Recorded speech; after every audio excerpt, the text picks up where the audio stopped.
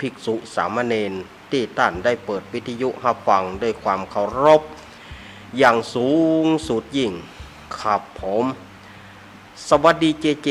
แล้วก็ขอแสดงความนับถือลุงหนานแล้วก็ป้าน้อยหนุ่มผาจ้อตัวขอเจริญปอนอย่างคณะศรัทธาญาติโยมศรัทธาสาธุชนคนดีเฮาทุกท่านมาแล้วเนอมาแล้วเนอมาแล้วเนอมาแล้วมาปะก่อนในรายการสารธรรมยามบ่ายยามแรงช่วงธรรมะเพื่อชุมชนทางสถานีวิทยุมวลชนคลื่นสีขาวเพื่อชาวประชาและเครือข่ายออกอากาศณห้องส่งวัดปักตังเจริญตำบลดอยหล่ออำเภอดอยหล่อจังหวัดเชียงใหม่ส่งสัญญาณไปสถานีวิทยุต่างๆเช่นว่าสถานีวิทยุคลื่นพระพุทธศาสนาการศึกษาและวัฒนธรรม 104.50 วัดฝ่ายหินตำบลสุเทพอำเภอเมืองจังหวัดเชียงใหม่โดยเมตตาธรรมของท่านอาจารย์ท่านพระครูสมุวิสุวัตวรกิจโจสถานีวิทยุวัดพระบาทอุดมน้ำบ่อสาวาตำบลเวียงอำเภอฝางจังหวัดเชียงใหม่ 100.25 เมกะเฮิรตซ์โดยเมตตาธรรมของพระเดชพระคุณหลวงพ่อสุจิตตานุรักษ์ด็อกเตอร์ท่านอาจารย์จำเริญโชติธรรมโมและก็ตุปีสุเทพสถานีวิทยุธรรมะของชุมชนห้วยตองสักเรดิโอตั้งอยู่วัดห้วยตองสักตำบลขวงเปาอำเภอจอมทองจังหวัดเชียงใหม่ 98.75 เมกะเฮิรตซ์โดยเมตตาธรรมของหลวงพ่อวาปีวรมานิตและก็ท่านอาจารย์ชวริชชัยวังโสสถานีวิทยุมนเสียงธรรมอำเภอแม่แจ่มตั้งอยู่ที่วัดบุพารามตำบลจังเขิงอำเภอแม่แจ่มจังหวัดเชียงใหม่ 106.25 เมกะเฮิรตซ์โดยเมตตาธรรมของหลวงพ่อมงคลวิสิทธิ์เจ้าคณะอำเภอแม่แจ่มแล้วก็ท่านปรัตอุทัยทั้งสองท่านสองอุทัยสถานีวิทยุบ้านทุ่งเรดิโอ 89.50 เมกะเฮิรตซ์โดยการถวายเวลาของพ่ออุดมแม่เทียมวันพุทธวงศ์สถานีวิทยุวัดศรีปันเงินอำเภอสันปะตองจังหวัดเชียงใหม่สถานีวิทยุแม่วางเรดิโออำเภอแม่วางจังหวัดเชียงใหม่สถานีวิทยุบ้านแป้นเรดิโอตำบลบ้านแป้นอำเภอเมืองจังหวัดลำพูนแล้วก็สถานีวิทยุวัดบุญญาวาสวิหาร 106.50 เมกะเฮิรตซ์จังหวัดลำปาง นี่ก็คือรายชื่อรายนามของสถานีวิทยุต่างๆที่เปิดรับสัญญาณจากแม่ข่ายเนาะ จากสถานีแม่ข่ายวัดปักตังเจริญเข้าสู่สถานีวิทยุต่างๆของท่านก็อนุโมทนากับท่านเจ้าหน้าที่ท่านหัวหน้าสถานีวิทยุเจ้าหน้าที่ทุกฝ่ายช่างเทคนิคช่างคอนโทรลก็อนุโมทนาตัวเนอร์ รายการนี้ก็รับผิดชอบดำเนินรายการโดยต้นตัวเก้ากับผมอาตมาภาพสามเณรรักปัญโยนันท์วัดสันเมืองตำบลหนองล่องอำเภอเวียงหนองล่องจังหวัดลำพูนเป็นผู้รับผิดชอบดำเนินรายการตั้งแต่เวลาบ่าย 3 โมงถึง 5 โมงแลงมาปะกันวันนี้ เป็นวันอังคารที่ 5 ธันวาคมพุทธศักราช 2566 เดือนยี่เหนือเดือน 12 ใต้แฮมมันนี่8 ค่ำวันนี้วันพระวันศีลแล้วก็ เป็นวันสำคัญของปวงชนชาวไทยนั่นก็คือเป็นวัน พระราชวันคล้ายวันพระราชสมภพขององค์พระบาทสมเด็จพระบรมมหาชนกาธิเบศรมหาภูมิพลอดุลยเดชหรือว่าองค์พระบาทสมเด็จพระเจ้าอยู่หัวรัชกาลที่9หรือพ่อหลวงของปวงชนชาวไทยของเฮานั่นก็เป็นวันคล้ายวันถ้าอู้ตามบ้านเฮาก็วันคล้ายวันเกิดของเปิ้นนั่นเนาะถ้าวันคล้ายวันพระราชสมภพศรัทธาญาติโยมก็อาจจะบ่เข้าใจว่าเป็นวันหยังเป็นวันคล้ายพระราชสมภพก็คือวันเกิดของในหลวงรัชกาลที่9วันคล้ายวันเกิดเปิ้นวันนี้5ธันวามหาราชหรือว่าที่เฮาฮ้องกันวันป่อแห่งชาติวันป่อแห่งชาตินั่นแหละเป็นวันป่อแห่งชาติที่เฮายึดถือกันมาเป็นวันป่อวันนี้ภายที่ป่อยังอยู่ก็ไปกราบเท้าป่อขอขมาป่อที่ได้ว่าได้กล่าวได้ว่ากำหายป้ายกำขาดคือเปิ้นแต่ถ้าว่าไผ ที่บ่มีป่อแล้วไหวเอากูนเปิ้นกูนเปิ้นมีหูเปิ้นมีไปไหวไปกราบหูเปิ้นถ้าว่าโอ้เมินละหูเปิ้นบ่มีไหวกูนเปิ้นเฮากึดใจหาเปิ้นได้กูนเปิ้นยังมีเนาะอย่างนั้นไหวกูนป่อวันนี้เนาะวันนี้ขออวยพรให้ป่อทุกท่านประสบแต่ความสุขความเจริญป่อทุกท่านมีพรรณนามัยร่างกายสมบูรณ์แข็งแรงปราศจากโรคภัยไข้เจ็บต่างๆบ่ให้ได้มีป่อทุกคนอายุมั่นยืนยาวเหมือนกันจุผู้จุคนนั้นจุงจักมีเมื่อมาปะก่อนแล้วก็บ่ให้ได้คลาดเคลี้ยวเสียเวลา ก่อนอื่นก็จะประชาสัมพันธ์เหี่ยก่อนเนาะประชาสัมพันธ์งานเหี่ยก่อนเอางานที่จะถึงบ่เมินเนี่ยก็คืองานของส่วนงานของบิ๊กบอสท่านบิ๊กบอสเฮานั่นก็คืองานของท่านอาจารย์ท่านพระครูอภิวัฒนวิกรมงานของท่านบิ๊กบอสเฮาเปิ้นจะจัดงานประเพณีสลงน้ำพระเจ้าตันใจที่ศรัทธาญาติโยมได้ยินแผ่นสปอร์ตไปตึงวันนี่นะแล้วก็เปิ้นจะมีการสืบโหราจตาแบบปืนบ้านล้านนาแล้วก็ภาคค่ำนั้นเปิ้นจะมีการสวดอิติปิโส108 จบณที่สถานที่วัดปากตังเจริญตำบลดอยหล่ออำเภอดอยหล่อจังหวัดเชียงใหม่ที่อาตมามานั่งกันเนี่ย ที่อาตมามาประจำวันวันอังคารอาตมาก็มานั่งนั่งจ่าที่เนี้ยถือได้ว่าอาตมาภาพนั้นน่ะเติบโตอยู่ที่นี่ที่หนึ่งก็คืออาตมาเริ่มจัดรายการตั้งแต่ปี49นะอาตมาก่อกำเนิดขึ้นที่สถานีวิทยุชุมชนเวียงหนองล่องหรือว่าบัดเดียวนี้เปิ้นเปลี่ยนเป็นดีนาวเรดิโอเนาะแต่ก่อนนี้ชุมชนเวียงหนองล่องอาตมาสตาร์ทจุดเกิด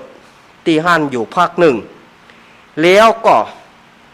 มาเติบใหญ่อยู่สถานีวิทยุวัดพระธาตุดอยน้อย88.75แล้วก็มาเจริญเติบโตอยู่ที่เนี่ยวัดปากตังเจริญเนี่ย เป็นเวลาถึง15 ปีทีเดียวที่อาตมาได้มาที่วัดปากตังเจริญมาจัดรายการตั้งแต่เปิ้นฮื้อ15 นาทีกะเกิงชั่วโมงกะอาตมาก็ถือว่าอาตมาเติบใหญ่อยู่ที่นี่ฉะนั้นอาตมาก็จะได้มาร่วมงานเปิ้นในวันที่11 ฉะนั้นก็เชิญชวนคณะสัตยาติโยมบอกว่าจะอยู่บ้านใกล้เฮือนเคียงหัวระเบียงติดต่อวันตกวันออกขอกใต้หนเหนือที่ฟังจากวิทยุไปถึงหรือว่าสื่อโซเชียลต่างๆที่เปิ่นลงเสียงเฮือสัทธาญาติโยมได้ฟังก็มาห่วมกินห่วมตานกันเนาะบอกว่าจะอยู่ฝาง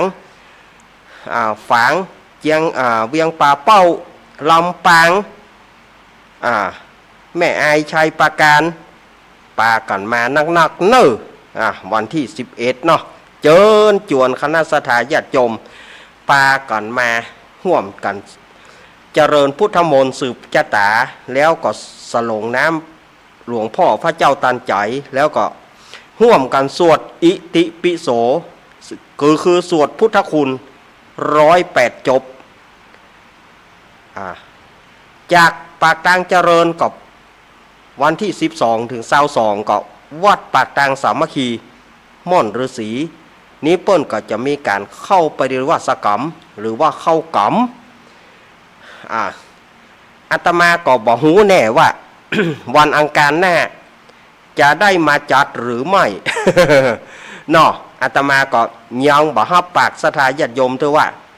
จะได้มาจัดรายการช่วงบ่าย3หรือไม่ถ้าเกิดว่าเปิ้นถ่ายทอดก็จำเป็นได้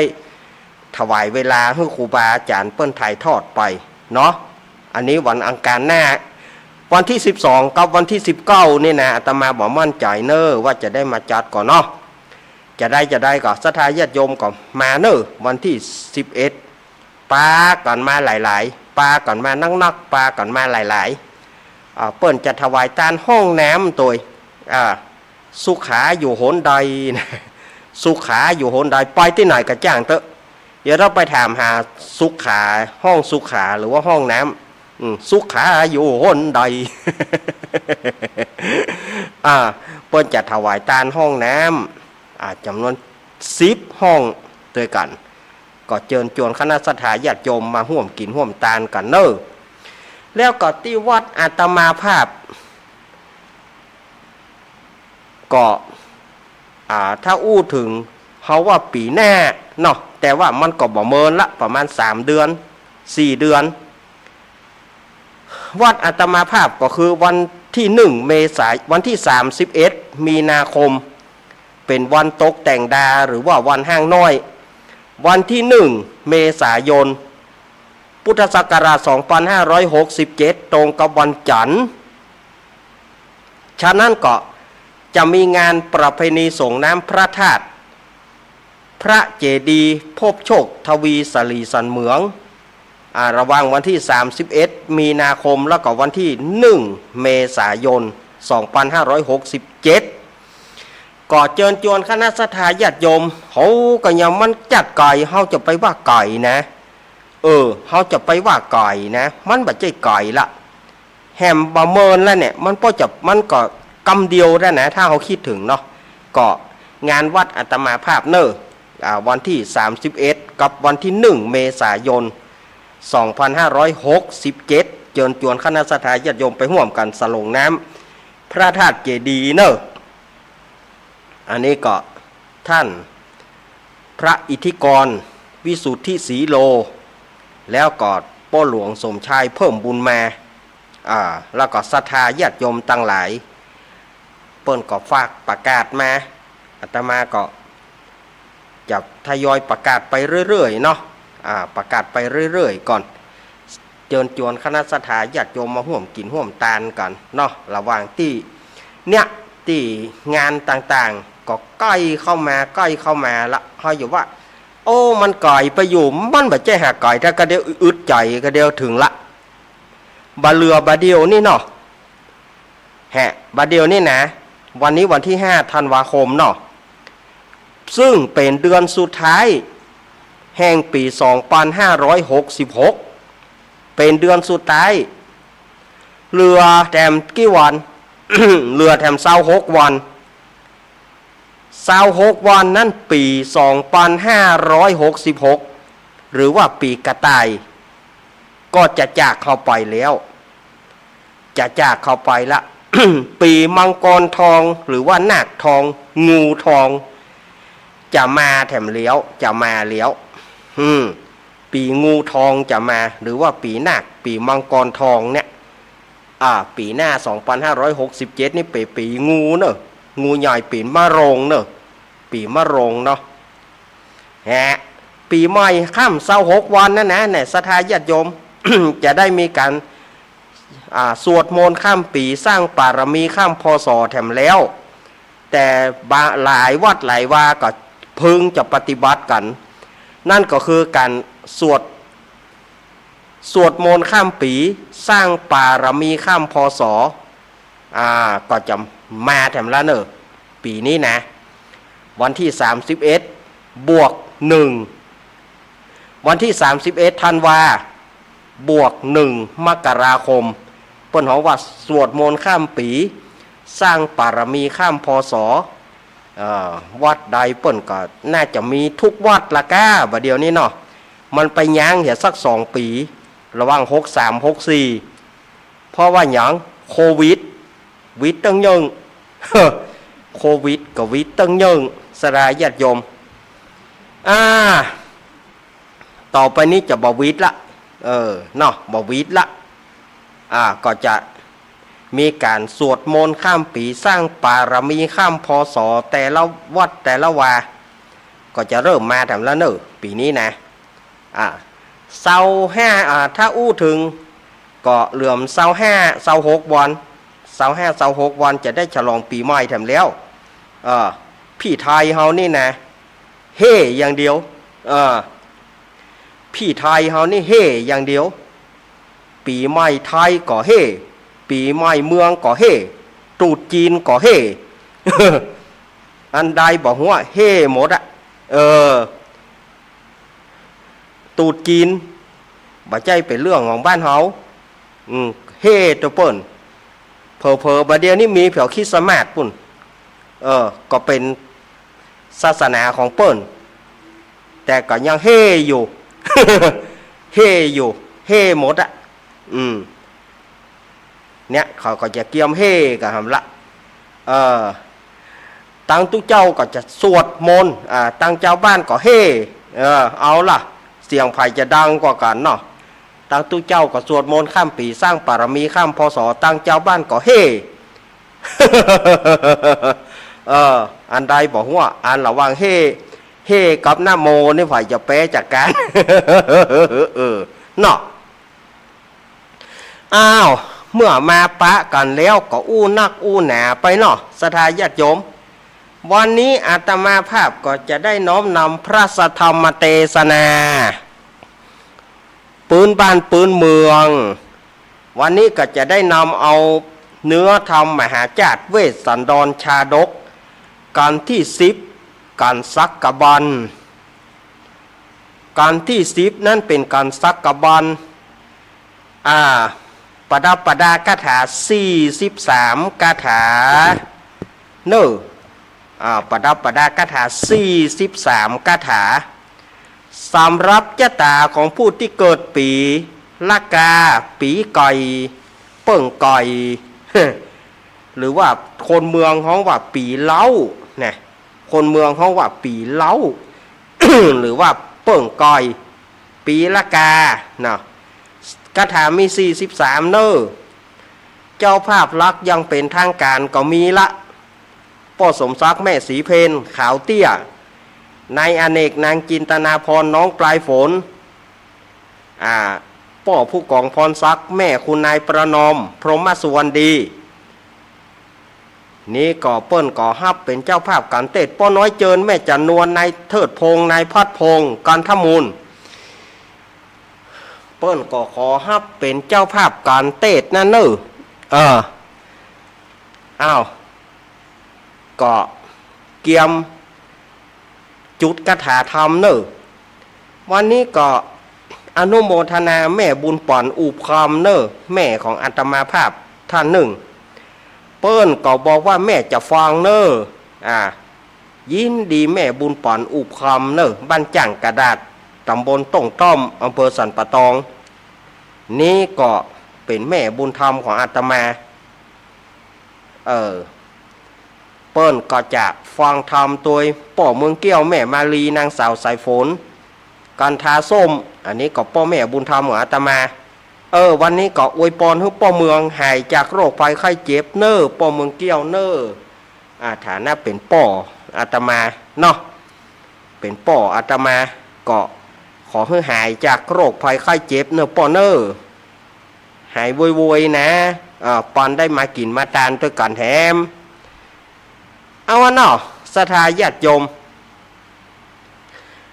เมื่อได้อู้ได้จ๋าในเมื่อวันอังคารที่แล้วนี้อาตมาได้เทศธรรมทีได้เทศได้เล่าธรรมทีก็คือว่าพระนางมัทีไปถามพระฤาษีพระเวสสันตรสีเรื่องของลูกหายไปไหนพระฤาษีบอกจนในที่สุดก็พระฤาษีก็ได้ด่าได้ว่านางต่างๆนางก็สลบหรือว่าตายลืมไปพระเวสสันตรสีได้ห้องเข้าเอาขวานห้องขวานจนตื่นเมื่อนางตื่นมานางก็ถามว่าลูกมีไหนพระเวสสันตรสีก็บอกว่าฮื้อตาลแก่พราหมณ์ชูโชคไปแล้วแต่ที่นางจะโคดนางก็บอกโคด นางก็กลับอนุโมทนาต่อไปนี้จะเป็นกันสักกบาลเนอจะตาผู้ที่เกิดปีก้อยปีละกาเนาะแล้วปีอื่นฟังบ่ได้กะท่านอาจารย์ฟังได้หมดสถายะอันนี้เขาอู้ถึงจะตาปีเกิดของเปิ้นแต่ทั่วไปก็ฟังได้ทั้งนั้น ก็เดี๋ยวอาตมาจะมาเล่าให้ฟังกันแล้วกันเนาะ นะโมตัสสะภะคะวะโตอะระหะโตสัมมาสัมพุทธัสสะสาธะโวฟังราโสตุจนาสาปุริสะตังหลายตังยิงใจมวลหมู่อันเข้ามานั่งอยู่ไรรามหับศีลงาม8 5เปื้ออยู่ท่าฟังธรรมจงดาจำติต่ออย่าขาดข้อบทได้เฮาจะไข่เก่าจี้ตามก่อนกี้เดิมมาขอศรัทธาจูผู้จงตั้งโสตะอยู่ดาฟังบาดนี้แดดเตอเอาละเนาะ อาตมาภาพก็ได้ใส่ระบำทำนองไปเป็นที่เรียบร้อยอาตมาภาพก็จะได้มีโอกาสได้มาเล่าธรรมให้ศรัทธาญาติโยมได้ฟังกันเนาะที่นี้จะกล่าวมาถึงก่อนสักกบันว่าจะใดอันนี้พญาอินตาเปิ้นก็ได้หูว่ายังจะมียาจกแถมคนหนึ่งซึ่งมีนิสัยบดีในธรรมเปิ้นว่านะมียาจกคนหนึ่งซึ่งมีนิสัยบดีจะไปขอเอานางมัททีอันเป็นราชินีซึ่งเป็นผู้ที่หับใจพระเวสสันดรพระเวสสันตรสีพ่อชายคนนี้มีนิสัยที่บดีเป็นคนเกเรจะมาขอนางมัททีถ้าว่าพระเวสสันตรสีฮื้อตานนางมัททีไปแล้วก็จักบ่มีไผมาอุปถักอุปถัมภ์บ่มีไผไปหาตักน้ำตักท่าบ่มีไผที่จะไปหาผลละหมากลากไม้หัวมันมาถวายพระฤาษีฉะนั้นพญาอินก็เลยบอกว่าควรเฮาเนี่ยปลอมตัวเหมือนกับพราหมณ์ชูโชคที่ตะวาที่มาขอเจ้าจารีน้องกันหาไปแล้วเฮาก็จะคืนนางมัททีฮื้อแก่พระเวสสันตรสีแล้วเฮาก็จะกำชับ พระเวสสันตรสีว่าบาเดียวนี้บ่ฮื้อนางมัททีเป็นสาทานต่อไผ่บ่ฮื้อพระเวสสันตรสีตานนางมัททีฮื้อกับไผ่แถมเพราะว่าจะบ่มีไผ่อุปถัมภ์อุปถากพระเวสสันตรสีพระเวสสันตรสีก็จะลำบากโดยหาน้ำโดยการตักน้ำตักท่าตักน้ำตักหนองก็ดีหาลูกไม้หัวมันจะบ่มีไผ่อุปถากฉะนั้นกวนเฮาไปขอตัดหน้าเหียดีกว่าก่อนที่ยาจกคนนั้นจะมายามนั้นพระพญาอิน พญาอินตาธิราชหรือว่าพญาอินก็เหาะลงมาแล้วก็ปลอมเหมือนกับพราหมณ์ชูชกที่ไปขอเจ้าจารีน้องกันหาแต่ว่าเหมือนกันเป๊ะก็ไม่เต้าเหียโยกเยกโยกเยก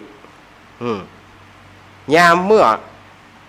มนั้นก็คือพระเวสสันตรสีกับนางมัททีก็อภิรมย์จมจื่นในการตานซึ่งนางมัททีก็อนุโมทนาในการตานเจ้าจารีน้องกันหาก็จมปอแจ้งเนาะสถายะจมปอแจ้งนางมัททีก็ยังบ่ได้ไปดังใดเตื้อ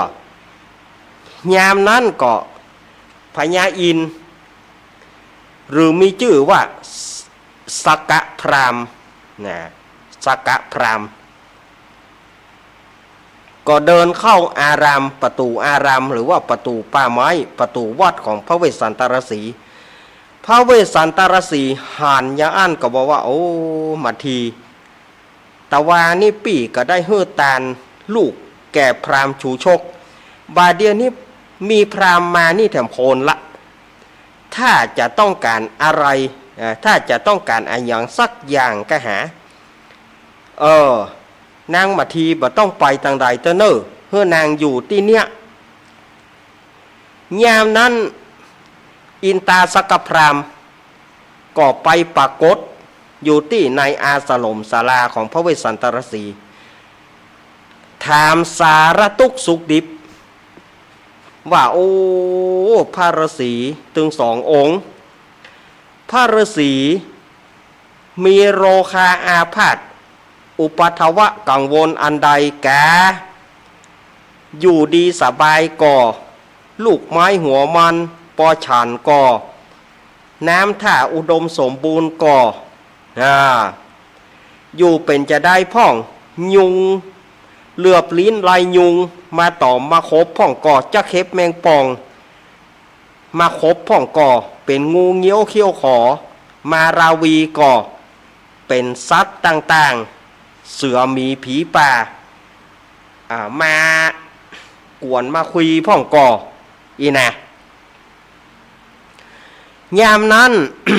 พระเวสสันตรสีก็บอกว่าโอ้ต้านพราหมณ์เหยเฮาอยู่นี่สบายมันก็ยังว่านะคำว่ามาเป็นนักบวชจะเพื่อได้อยู่ดีกินดีอยู่ดีกินลำเหมือนในหัวในเวียงมันก็บ่เหมือนตึงวันก็ฉันลูกไม้หัวมันนั่นนะ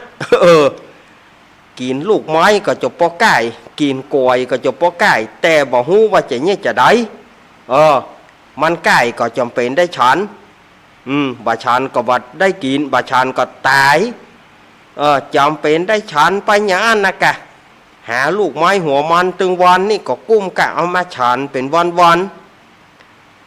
ส่วนว่าเหลือบลิ้นลายยุง ก็บอกมาตอมเฮาจะเข็บแมงป่องงูเงี้ยวเขี้ยวขอเขาก็แผ่เมตตาให้เขาเหียเขาก็ไปส่วนอันว่าสัตว์ใหญ่เสือสิงกระทิงแรดจ้างเสือมีผีป่าก็บ่มีมารบกวนเฮาเลยงัวกระทิงควายเถื่อนบ่มารบกวนจิ้งจอกหมาในก็บ่มารบกวนเฮาไอ้อย่างบ่มารบกวนเฮาสักอย่างเฮาอยู่นี่ก็ถือว่ามีความสุขกายสุขใจเนิ่นต้านพราหมณ์ว่าอันแล้วก็ พระเวสสันตรสีก็ได้นำเอาผลละหมากหลากไม้มาฮื้อกับอินตาสักกพราหมณ์แล้วก็บอกว่าโอ้ท่านพราหมณ์เหยท่านมาเนยเนอะกินน้ำกินท่าก่อนเนอะ กินน้ำกินท่าก่อนกินน้ำกินนองก่อนแล้วก็ท่านไปล้างตีนเนี่ยก่อนเนอะไปล้างตีนเนี่ยก่อนแล้วก็นี่เนอะไปล้างตีนเนี่ยก่อนพญาอินหรือว่าอินตาสักกพรามก็ไปล้างเท้าล้างตีนแล้วก็มานั่งพระเวสสันตรสีก็เอาผลละหมากล่างไม้ที่นางมาทีเอามาตะวาเอามาฮื้อปู่พรามคืออินตาสักกพรามโอ้ต้านพรามเหยต้านจงเลือกเลือกกินหน่วยหยังหน่วยบาตานบาไฟบาโจกมีตึงหน่วยบาแฟนมีตึงบาขามป้อมมีตึงบาตะตำตาโดมีนิมดบานะเข้าเย็นเนาะบานะเข้าเย็นก็มีนะบากอกน้ำบากอกเมืองบากอกใต้ญาติโยมรู้จักบากอกใต้ก็บากุกนะหน่วยบากุกเพื่อเขาบากอกใต้เนาะหน่วยบากุกเพื่อเขาบากอกใต้ถ้าเป็นบากอกที่เขาเอาใส่น้ำพริกนะบากอกที่เขาเบาะเลาะใส่น้ำพริกนั้น เนาะบากอกเมือง อาตมาเสียดายนี่เสียดายที่หน้าห้องส่งนี่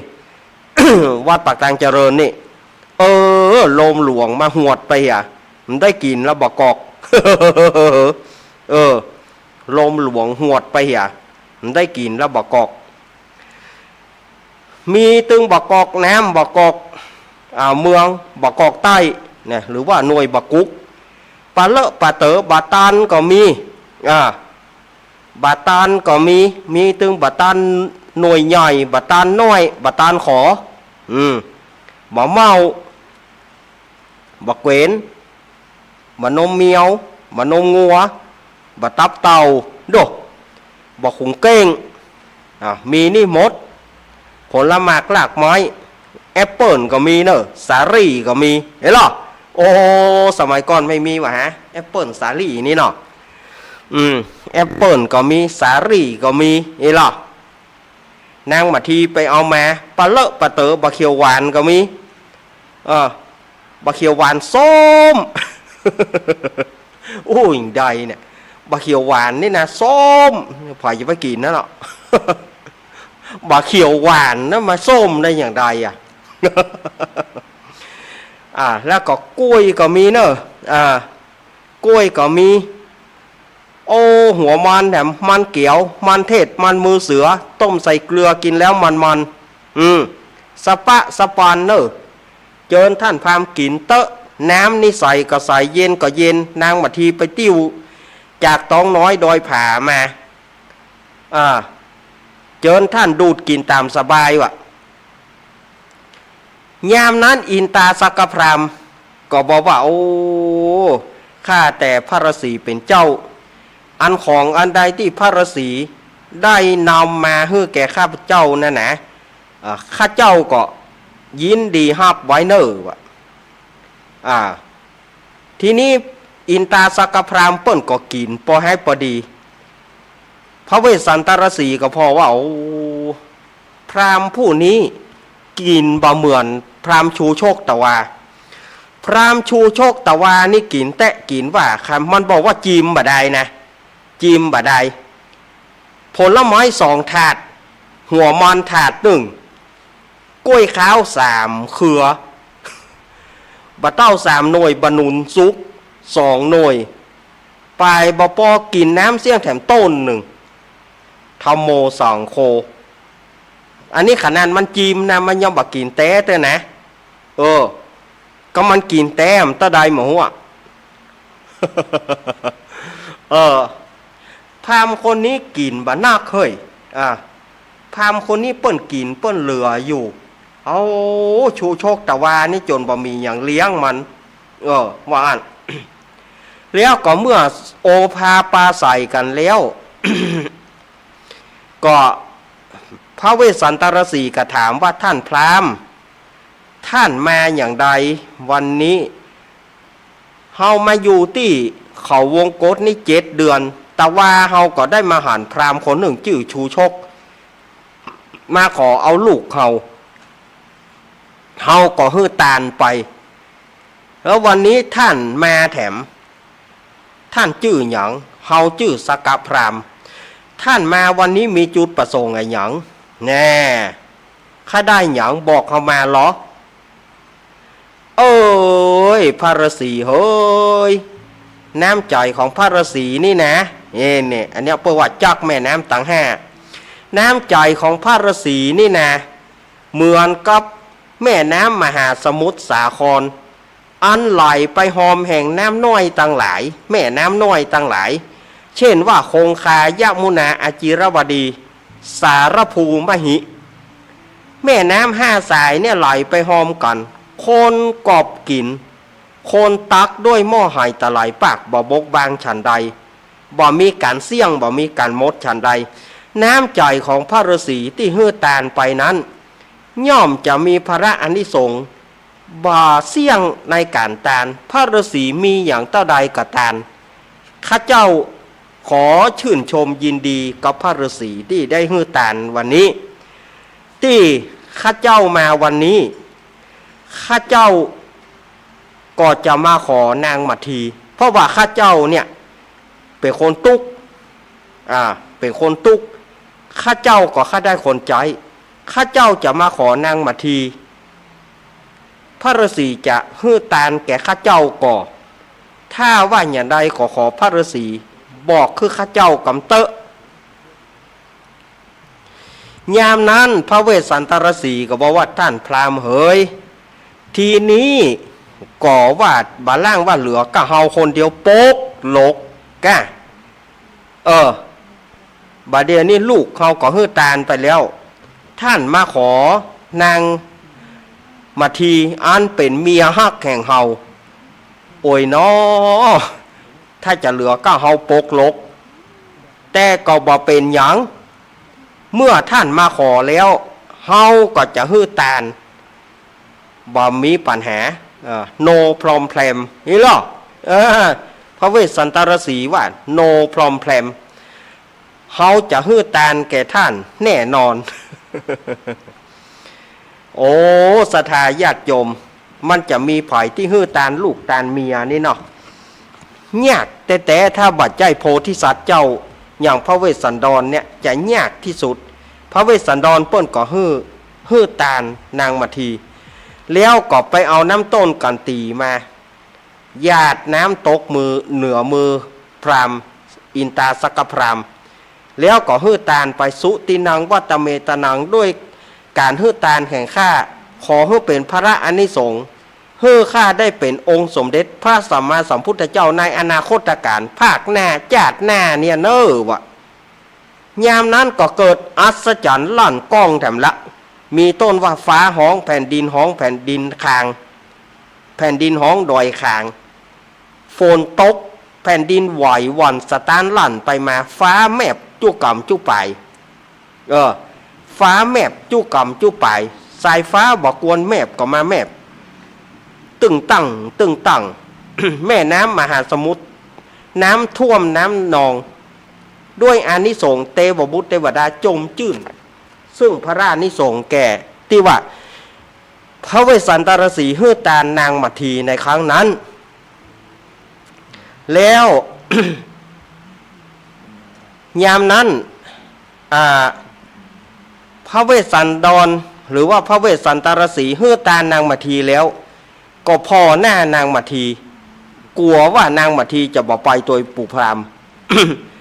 ยามนั้นนางมัททีก็ล่ำเปิงในใจผัวกูนี่เนาะผัวกูนี่บ่อิ่มบ่ไก่ต่างๆแต่ลูกบอกว่าจะเป็นลูกบอกว่าจะเป็นเมียจ้างม้างัวควายอย่างต่างๆฮื้อตานหมดแม้กระทั่งว่าเมียซึ่งถึงแม้ว่าจะบ่มีไผก็ยอมฮื้อตานน้ำใจผัวกูประเสริฐแต่นอบ่อิ่มไก่ต่างๆแต่นอนางบ่โคตรนะนางมัททีบ่โคตรนางก็กับอนุโมทนาบุญ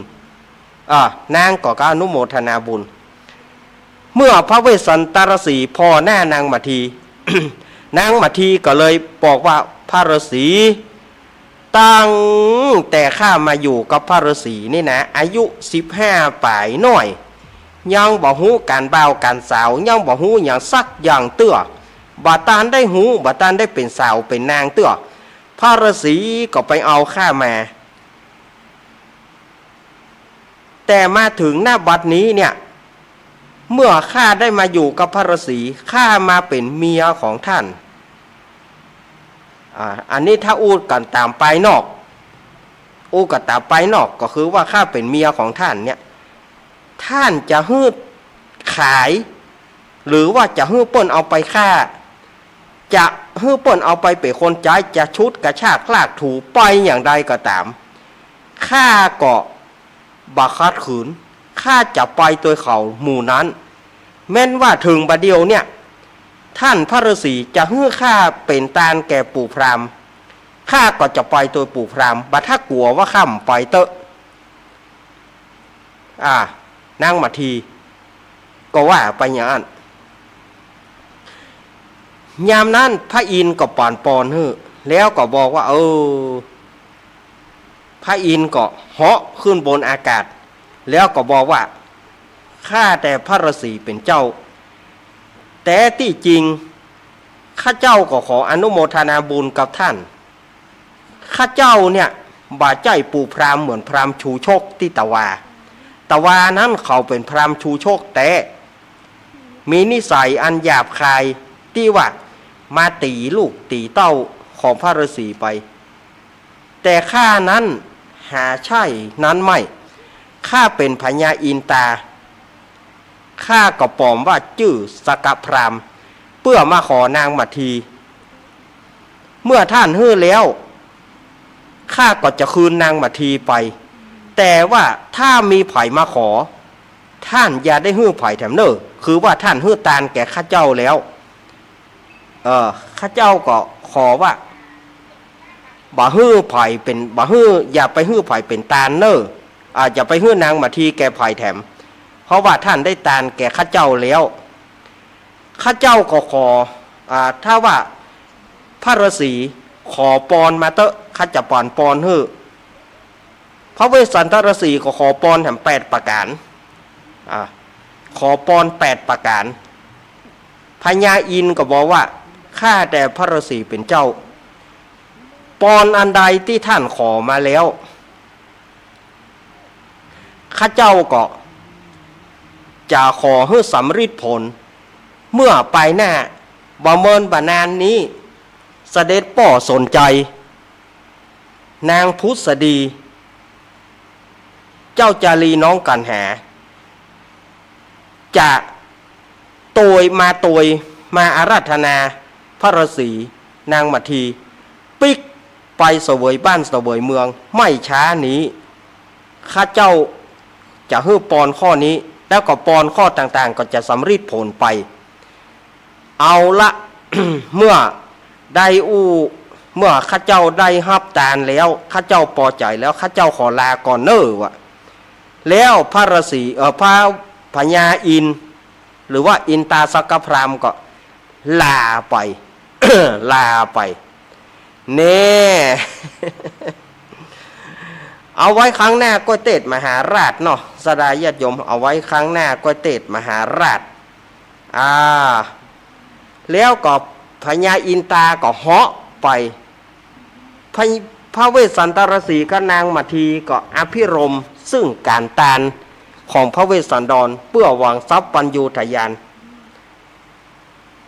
ที่นี้เราจะมาอู้กันถึงเรื่องว่าเหตุไฉนพราหมณ์ชูชกจึงต้องตีเจ้าจารีน้องกันหาก็เพราะว่ามันมีอยู่จากหนึ่งเจ้าจารีน้องกันหาเนี่ยเป็นเป็นเจ้านาเป็นเจ้านาแล้วก็พราหมณ์ชูชกเนี่ยเกิดเป็นควายเท่าเกิดเป็นควายเท่าทีนี้ควายเท่าเนี่ยมันไถนามันบาตานใจตึงสองเนี่ยสมัยนั้นจาดนั้นเป็นผัวเป็นเมียกันก็เลยเกลียดให้ควายบุกควาย ตีควายจนมันตาย จนมันตายเมื่อตายเขาก็ป้ากันปาดเอาจีนไปลาบพ่องนางมันก็เอาแป้งเกิบ นางมาเอาแป้งเกิบ เขามาเอาแป้งตูดขายจีนนะสถายยมฮะก็ตูดที่เพื่อขายจีนแต่ก่อนน่ะการขายจีนเนี่ยมันเป็นเขาควายละเพื่อเจาะเพื่อมันทะลุมันมีปากเอาปากเข้าจ่อหั่นตูด ขายจีนเพื่อเขาว่าตูดเขาควายนะควายตัวนั้นมันก็เลยเกลียดก่อนที่มันจะตายมันก็เลยอาฆาตว่าจากหน้ากูขอเป็นคนแล้วกูจะบุกไอ้2 ตัวเนี่ยกูจะบุกมันอย่างบ่ปานีปาสี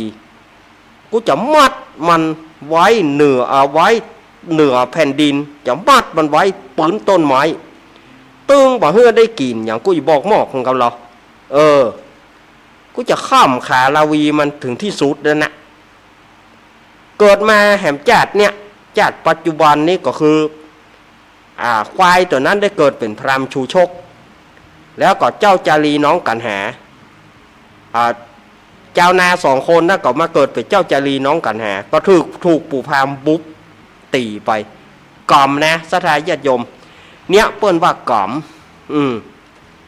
กล่อมได้ไผ่ก่อได้ทำมาอย่างไว้แต่จัดแล้วได้ทำอย่างแต่จัดแล้วมันก็ย่อมส่งผลมาบางทีเฮาจัดนี้เฮามีกรรมก็เปิ้นเฮาบ่ฮู้ว่าเฮาทำมาอย่างไว้มันก็มาสนองตอบไส้เฮาเนาะอันนี้ก็ญาติโยมอย่าได้ทำกรรมอันใดไว้เน้ออันนี้ก็กับสถาญาติโยมทำมันจบแล้วเนาะทำมันจบละชั่วโมงที่2ก็เน้อก้อยเกณฑ์ชั่วโมงที่2ก่อนอาตมาจะฮ้องมาเกณฑ์กำคน เนาะมันตานละ มันบาตานละอาตมาภาพก็ขอยกผลบุญกุศลให้แก่ท่านตั้งหลายที่เป็นเจ้าภาพก็ดีเป็นผู้ฟังด้วยดีก็ดีท่านปรารถนาหรือว่าปรารถนาสิ่งไหนขอให้ท่านได้สำฤทธิท่านกึศสิ่งไหนขอสมความมุ่งมั่นปรารถนาวันนี้ลูกทุกคนสดุดีป่อของท่านป่อของญาติโยมภายที่ป่อบ่มีก็อ้างเอากูลเปิ้นสารูปเปิ้นภายที่ป่อมีก็ไปกราบเท้าป่อได้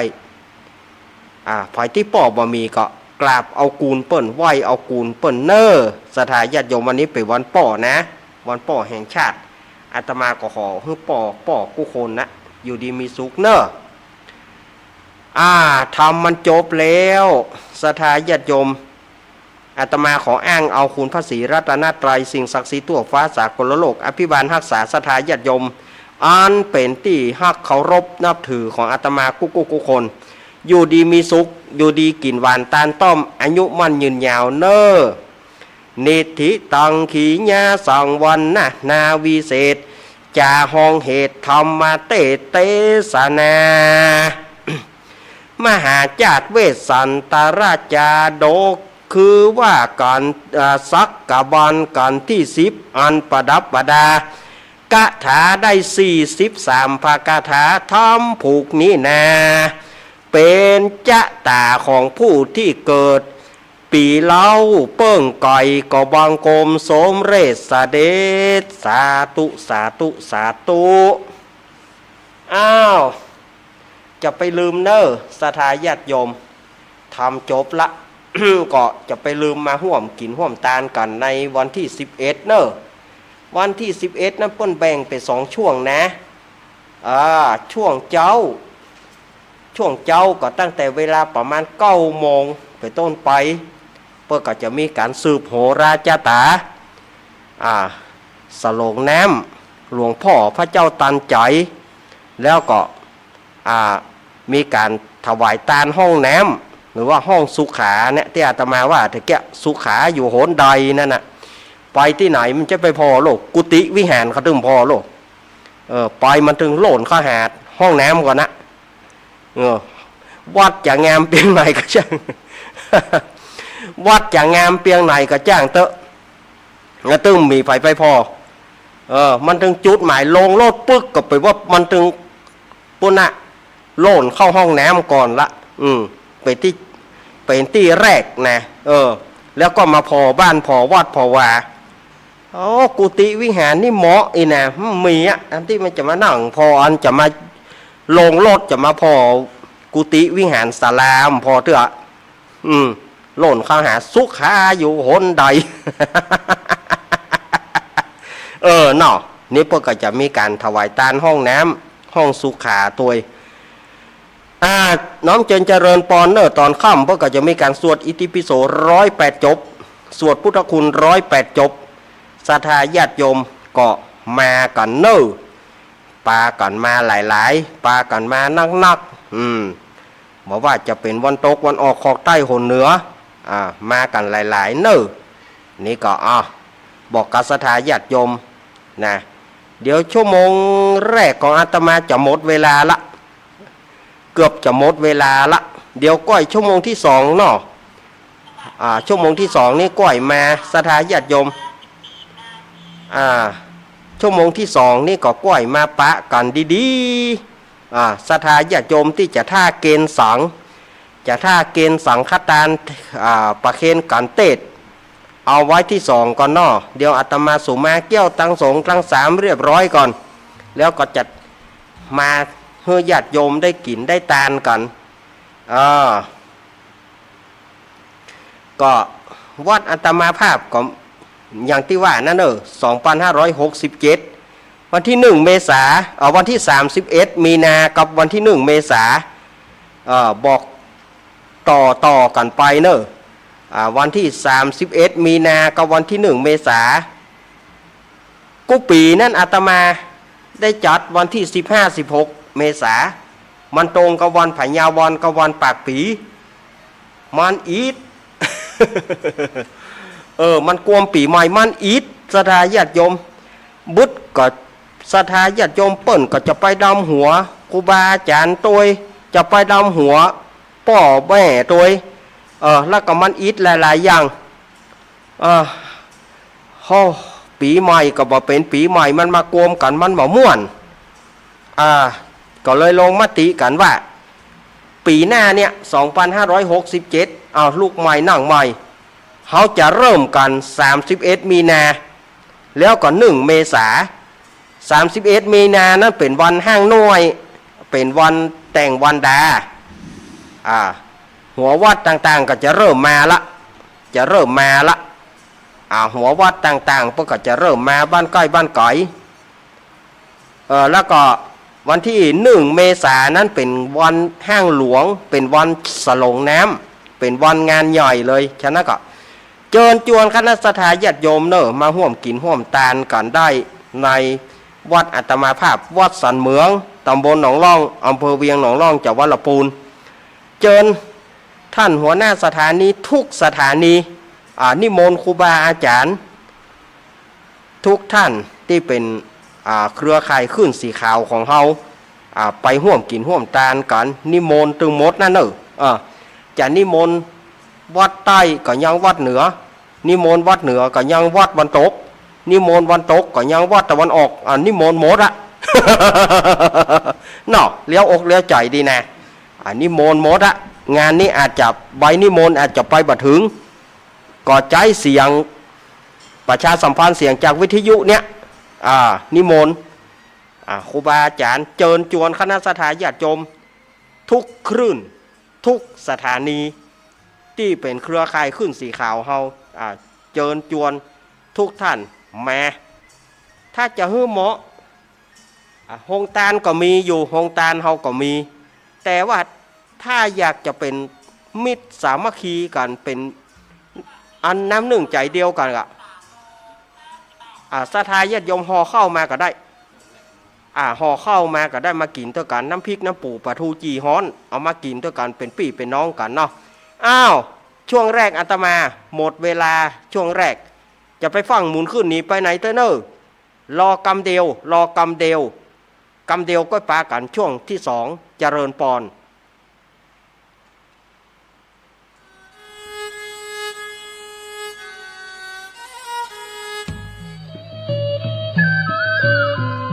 ขอเชิญร่วมทำบุญประเพณีสงน้ำพระเจ้าทันใจและสวดอิติปิโส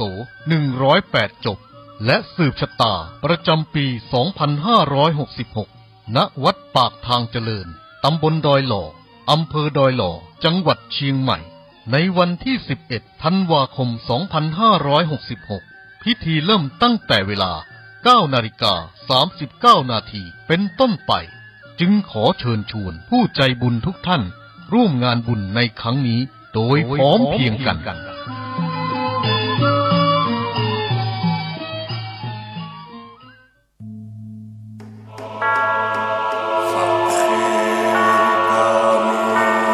สุโขปุญญัสสะอุจจโย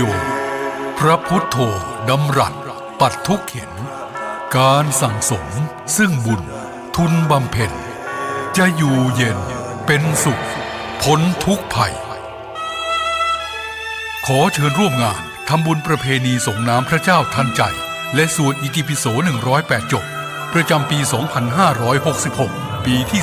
14 ณ วัดปากทางเจริญตำบลดอยหล่ออำเภอดอยหล่อจังหวัดเชียงใหม่วันจันทร์ที่ 11 เดือนธันวาคม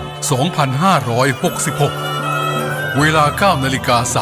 9:39 นาทีขอเชิญร่วมพิธีสืบชะตาแบบล้านนาและส่งน้ำพระเจ้าทันใจร่วมถวายทานห้องน้ำทันใจจำนวน10 ห้องณ วัดปากทางเจริญพระสงฆ์29 รูปเวลา 11 นาฬิกาถวายภัตตาหารเพลพระสงฆ์เวลา 12 นาฬิกาเชิญผู้มาร่วมงานรับประทานอาหารแบบโรงทานเป็นเสร็จพิธีต่อจากนั้นไปเวลา 18:39 นาทีวันจันทร์ที่ 11 เดือนธันวาคม 2566 ขอเชิญร่วมพิธีสวดอิติปิโส108 จบพระสงฆ์300 กว่ารูปประกอบพิธีจุดเทียนชัยมงคล108 เล่มรอบเจดีย์ปล่อยโคมไฟจำนวน108 ดวงณ วัดปากทางเจริญตำบลดอยหล่ออำเภอดอยหล่อจังหวัดเชียงใหม่เริ่มเวลา 18:39 นาทีเป็นต้นไปเสบียงบุญในชาตินี้มีหลายอย่างเตรียมเดินทางข้างหน้าต้องหาก่อนยิ่งเดินทางหลายข้ามต้องหาบขอนเครื่องกินนอนมากมายสะพายเต็มเสบียงบุญชาติหน้าไม่กลัวหนักเพียงรู้จักเก็บออกถนอมเข้มบุญกิริยาวัตถุลุอิ่มเอมจะปรีเปรตเต็มหลับด้วยธรรมาทั้งทานศีลภาวนานำพาให้สู่แดนไกลสวงสวรรค์สุขหันษาจะล่วงทุกข์ด้วยความเพียรด้วยปัญญาอภิญญาพาพ้นว่ายวนเวียนใครเสบียงบุญมีมากยามอดน้อยกุศลช่วยส่งเสริมเพิ่มเสถียรเสบียงน้อยลอยหลังดังกำเกวียนดังแสงเทียนดวงน้อยคอยนำทาง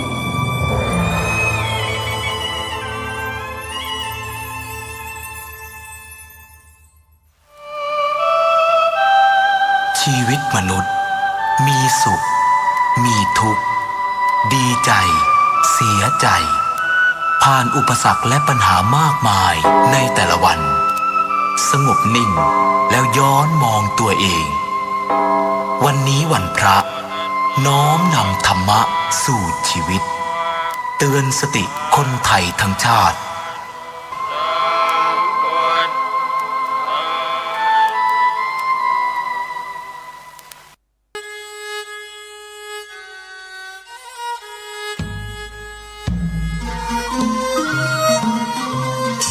เอาแล้วศรัทธาญาติโยมสาธุชนคนดีเฮาทุกท่าน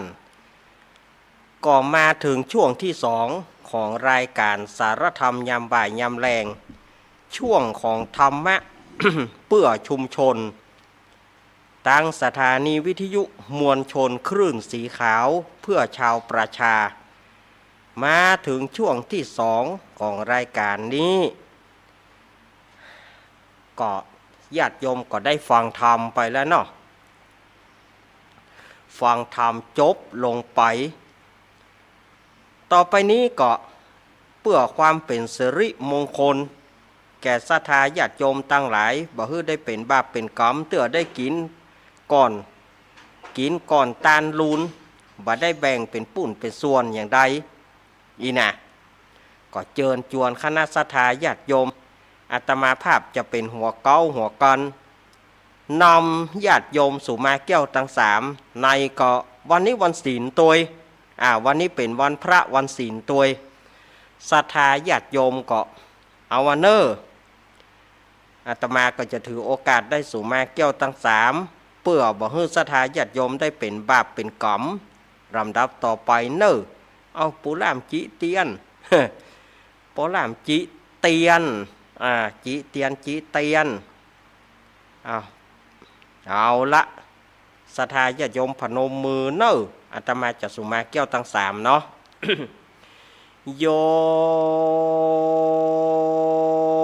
สันนิสิโนวราโพธิโมเลมารังสะเสนังมหันติงวิจโยสัมโพธิมากันจริงว่าอนันตัญญารโนโยโลกุตตโมตังปนามามิพุทธังตังปนามามิธรรมังตังปนามามิสังฆังสาธุสาธุสาธุโอกาสะพันเตกะแต่ภาติทารายรัตนพานแผ่วผ้าเกี่ยวเจ้าต่างสามประการและผ้าปัญจเกี่ยวต่างหาจำพวกอันมีสรีทรัพย์ปัญญูพระพุทธเจ้าเป็นเก้าเป็นประธานเกี่ยวตั้งสามจุแห่งจุตีนบน้อมกลี่ปูจาพระขาวาอันว่ากุลพระพุทธเจ้า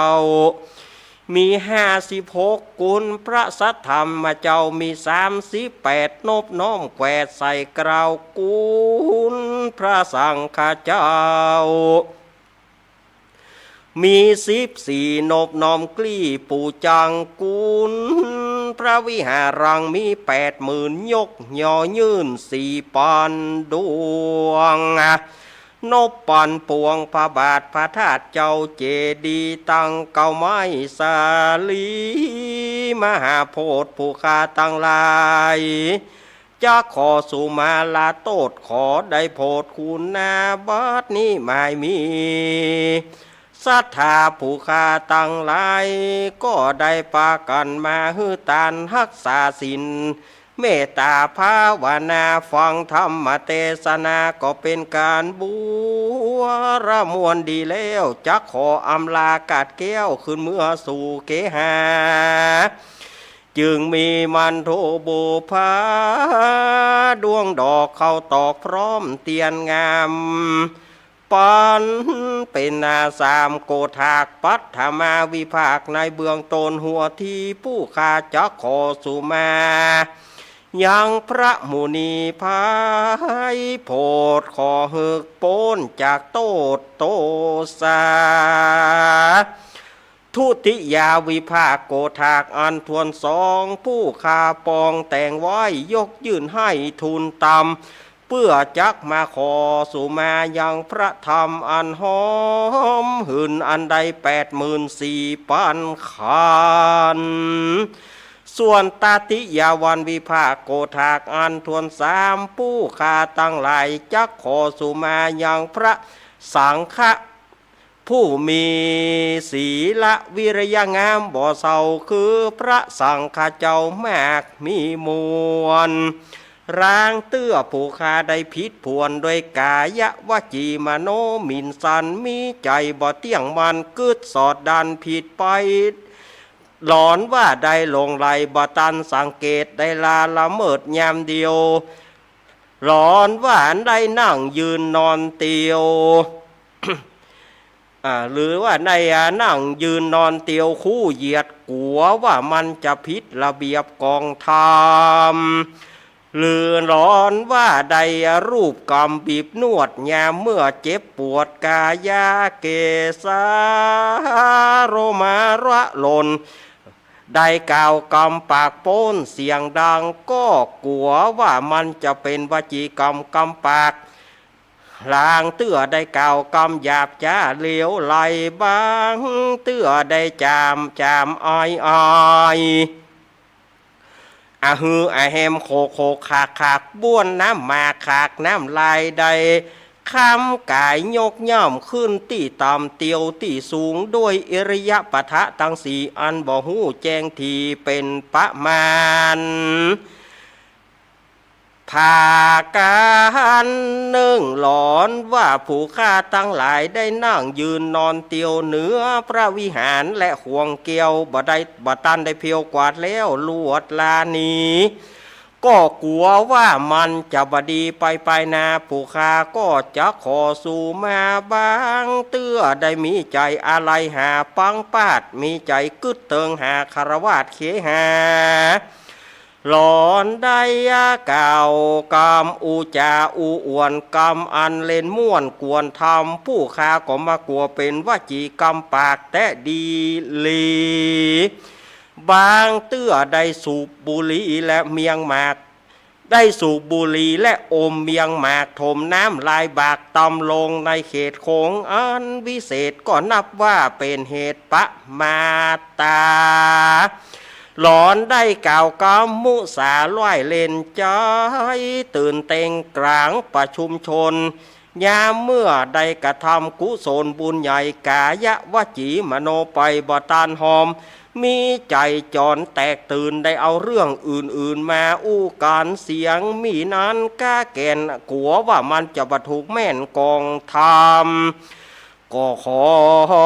อย่าเนื้อใดเป็นโตสนากรรมโตดใหญ่ไปไขว่คว้างมักกะต่างนี้วอนวางโตดตองเฮกับกลายเป็นแห่งห้องอาโหสิกรรม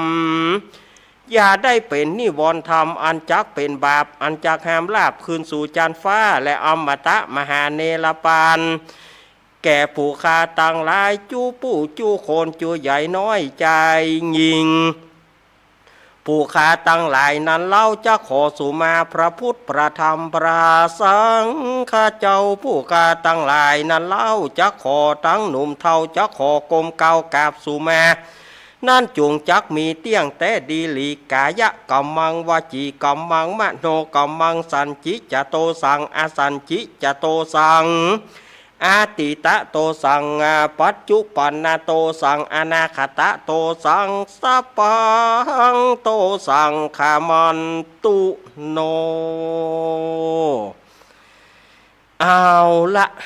ศรัทธาญาติโยมอาตมาก็ได้นำศรัทธาญาติโยมสูงมาเกี่ยวตั้งสามเพื่อบ่ฮื้อศรัทธาตั้งหลายได้เป็นบาปเป็นกรรมเตื้อก็ได้เจ็บหั่นเจ็บนี่ได้บีบได้นวดหัวมันบดีเตื้อก็ได้ข้ามตีต่ำย่ำตีสูง เตื้อบตันได้เพียวได้กวาดฝั่งเมือมันอย่างใดก็มังเตื้อเนาะก็บ่ฮื้อศรัทธาญาติโยมได้เป็นบาปเป็นกรรมอันใดเน้อต่อไปเป็นการประเคนต่อไปเป็นการประเคนวัตถุทายทานตั้งหลายพ่อสมศักดิ์แม่ศรีเพนนายอเนกนางจินตนาพรน้องปลายฝนพ่อผู้กองพรศักดิ์แม่คุณนายประนอมพรหมสุวรรณดีพ่อน้อยเจินแม่จันนวลกันทมูลมาชุดแรกมาประเคนเดี๋ยวเดี๋ยวมันจะก้นนะมันจะก้นเดี๋ยวแปลงดีโอ้หยังนั่งหนาเนี่ยอันเนี้ยโอ้สปิติโยบอกโอสองแกนบอกแควน2 หน่วยกล้วย2 หวีหมากเมี่ยงมูลีก็พร้อมอายุวันโนสุขังปะลาง เอาเนาะต่อไป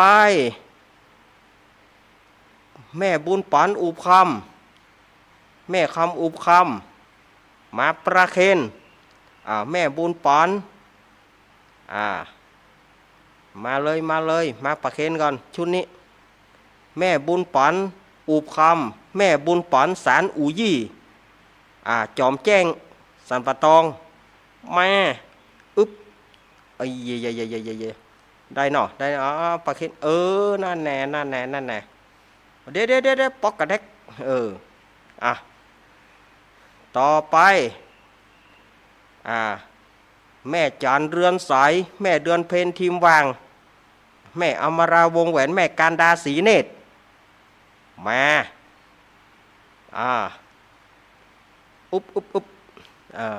ยกขึ้นได้ก่อนเอาแม่จานเรือนสายแม่เนาะแม่การดาสีเนตรมาเลยน้องเบี้ยวตัวน้องเบี้ยวก็จับจับเนาะจับแล้วก็ประเคนเลยนะโอ้ มาแล้วเนาะต่อไปก็ทีมงานของธรรมะคลายเครียดมียมปี้พิสมัยเป็นเกาเป็นกอนลุงหนุยยายพรแม่พรป่าเศร้าแม่อารีต้นเปาปี่ซองสีแม่สมศรีลุงวัดแม่บุญกแม่สมเนียมมโนมาแม่โสธรแล้วก็หลายท่านในทีมงานธรรมะคลายเครียดมาเลยมาเอาเด็ดเอานั่นน่ะทีมงานธรรมะคลายเครียดมาต่อไปพี่น้องฝางแม่อายชัยปราการ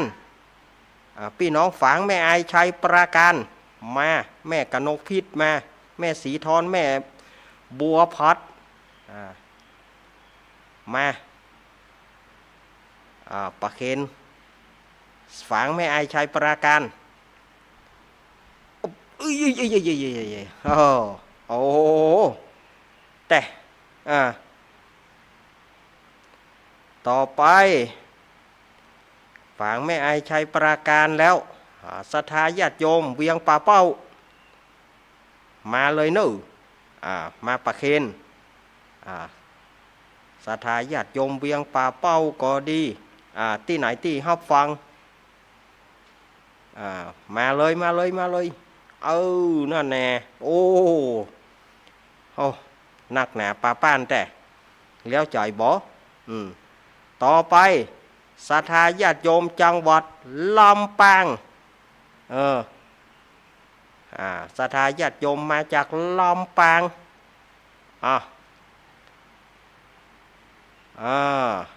มาประเคน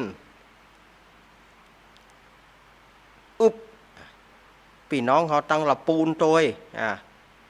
ทีมงานธรรมะคลายเครียดฝ่ายที่ยังบ่ได้เกณฑ์เตื้อมาประเคนเลยเนอะอาตมาจัดตักชื่อฝ่ายไปบะเสียงเนาะมาเลยเอาลำปางก็มาละต่อไปละปูนบ้านโฮงป่อเมืองเกี้ยวแม่มาลีนางสาวสายฝนมาประเคนโยมป่อโยมแม่อาตมาเหมือนกันแม่แก้วยะวานางสาวแก้วยะวา สุมาเถอะเนอะนางสาวแก้วเนอะ สุมาเถอะไปบาไปกล่อมเนอะแม่แก้วเนอะแม่แก้วยะวาพี่น้องตังเมืองลีแม่บุญหลงก็ดีมาเมืองลีมาตังบ้านโฮงก่อนน้ำเพื่อพระแม่บุญทวีแม่ป้อนานไว้แม่สุมาลีตังน้ำเพื่อพระเนาะแม่เอื้องไพรมาแม่สายทองแม่สุเกี้ยวศรีลาพรแม่สุเกี้ยวเปล่ากัญญาแม่สุเกี้ยวคำอ้วน เกี้ยวทั้งนั้นมาแม่เกี้ยวสิงเกี้ยวดูมาปลาเคนอุ๊บอุ้ยลุ้นนะ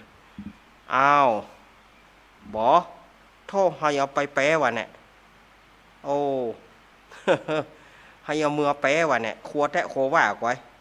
โอ้เอาไผ่ที่โต๊ะค้างที่อาตมาบัดได้ชื่อมาตึงมดนั่นนะมาตึงมดนะเอาปลาเค็นนั่นโอ้เต็มเอาลงลุ่มเต็มละโต๊ะนี่เต็ม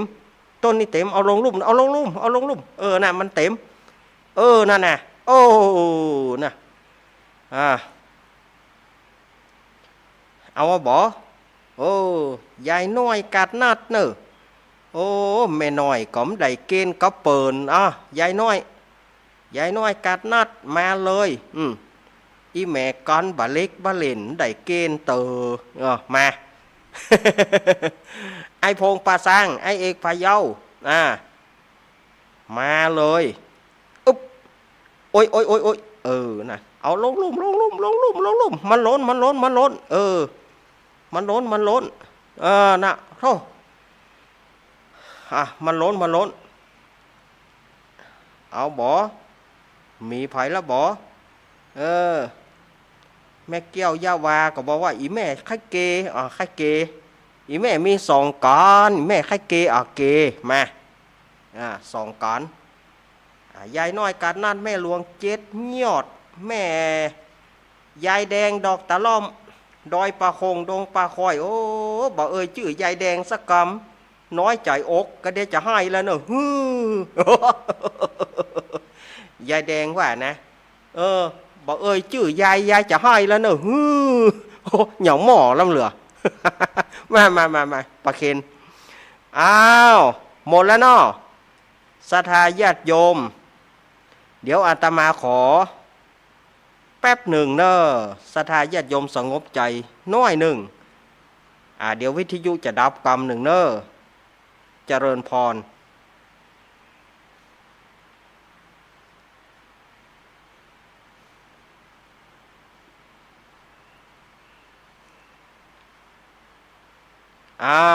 อนุโมทนาญาติโยมมีน้ำหยาดน้ำเนอที่อนุโมทนาศรัทธาญาติโยมที่เกณฑ์กันเนาะมาประเคนกันเตดกันทำโอ้โยมปี่จันทรป่ามีแม่โยมปี่เฮาโอ้รอบบุยกะก็เดี๋ยวโยมปี่จะให้แล้วเนอะนั่นมาแล้วหัน โยมปี่จันทรปามีแม่อึบล้นเอาลงลุ่มลงลุ่มนั่นโอ้ลงลุ่มเอาเนอะต่อไปก็เอาปอนเนอะยะถาวาริวหาปุราปริปุเรนติสาครังเอวะเมวะอิโตทินังเปตานังอุปคปติอิชิตังปฏิตังตุมหังคิปะเมวะสมิสตุสัพเพปุเรนตุสังคปาจันโทปนรโสยถามณีโชติรโสยถาเอวังหนตุดีแหละจะในวันนี้ก็หากว่าเป็นวันดีสริสุภมังการะอันประเสริฐล้ำเลิศยิ่งกว่าวันและยามตั้งหลายบัดนี้หมายมีมุรศรัทธาจุจุคนก็ได้ปาการสลองลงโคควายตกแต่งพร้อมนำมายังจตุปัจจัยไตรยตานมูลผู้นี้เพื่อจ้องมาปูจาพระสัทธรรมเทศนามหาจารย์เวสสันดรชาดกการที่10คือว่าการซักกบันปดาคาถา43คาถาก็ไปกับโบรมวลปริปุนังสำเร็จกันไปแล้วแม้ญาติโยมจะตานไปหาผู้ใดผู้หนึ่งก็ดีตลอดจนถึงสวัสดิ์วาที่นี่ก็ดีขอพระราชบุญส่งกุศลไปรอดไปถึงยังเขาเจ้าทั้งหลายเพื่อได้รับของกินของทานได้กินได้บริโภคแล้วก็แผ่ภายนบุญส่งกุศลให้ยังราชธาทั้งหลายได้อยู่ดีมีสุขไปเสี่ยงจีรการยาวนานนั้นจุงจักมีอายัญจโคทักขินาทินาสังคัมหิสุปฏิทิตาติการตังหิตายสถานะโสปคปติโสยติธรรมโมจะอายังนิทัสสิโตเปทานาปุจจจักตาอุลาลาปรัญจปิขูนมนุปทินังตุมเหหิปุญญังปัสสุตานปกันติ จายสิทธิธานังลาพังโสถีพระกยังสุขังพลังสิริอายุจวานโนจโพคังวุธีจายสิทธิพระวันตุโวสปิติโยมิวัฉันตุสัพพะโรโกวินาสตุมาเตภวะตวันตารโยสุขีติกายุโกภวะอภิวาตานาสีริสานิจังวุธาปัจจายโนจัตตารโรธรรมาวัฏันติอายุวโนสุขังพระลังสาธุสาธุสาธุอ้าวอีแม่เขาอยู่ตั้งนอกมาเอาครัวไปเตเลยเนอะเอาครัวไปเตใครอยากกินยังกินเอามือละอีแม่เขาเอาไปเตนอกปุ้นเอาไปเตนอกปุ้นเอาไปเลยยกไปไอ้ยอดมันเอาบ่ฮื้อยอดมันให้เอาเป็นก้านน้ำมันยอดมันเอาบ่ฮื้อขี้โลกโอ้อุ้ยอินอุ้ยอินแม่สับสะเมิงมารอบโบยเนาะอุ้ยอินเนาะแม่อุ้ยก็บ่ได้ตานก็เปเอามาอุ้ยมาเอาปอนทำพลรอบเนาะอุ้ยอินสปิติโยวัจันตุสัพพะโรโกวินาสตุมาเตภวะตวันตารโยสุขีติกายุโกวะอภิวาทนาสีริสานิจังวุธาปัจจายโนจัตตารโรธรรมวัฏันติอายุวโนสุขังปะลังเอาอีแม่เขาเอาออกไปเดี๋ยวมาหลายๆกะมาอย่างคนสองคนน่ะครัวมันบัดใจน้อยๆไอ้แม่ครัวมันบัดใจน้อยนะอีแม่ไปเหลือกอมเฮากะไปเหลือกอมเฮากะมาหลายๆที่อยู่หั่นน่ะมาหลายๆเลยมาเอาออกไปคัดไปหยังน่อ เอาไปน่ะอันนั้นมันนักนะมันนักนะมันบัดใจน้อยๆนะครัวน่ะมาหลายๆกะเฮ้ยน่อดังไปก็ว่าดังไปบ่ดังก็บ่เข้าใจทำละน่าเอาออกไปเอาออกไปเตนั่นเตนอกปุ้นสัปปิติโยบ่โอ2แกนบ่แควน2หน่วยกล้วย2หวีมากเมี่ยงบุรีก็มีพร้อม อายุวโนสุขังปะลัง เอาระวังคว่ำเนอะอันคนที่แข็งแรงมันมีแล้วกะแม่มีกะอันย่อแยะย่องแย่งน่ะหูยแต่แกนใจต่างหอ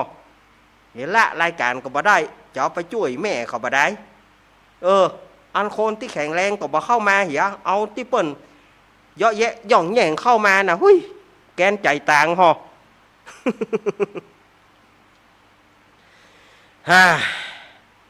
อิด เนาะพวกคนเฒ่าเอาครัวไปเตะพวกหมดละสดายญาติโยมคนเฒ่าเอาครัวไปสำแหละหมดละเอาไปเฮาบ่เอาเมือเอาไก่หยอดมันเป็นก้านน้ำมัน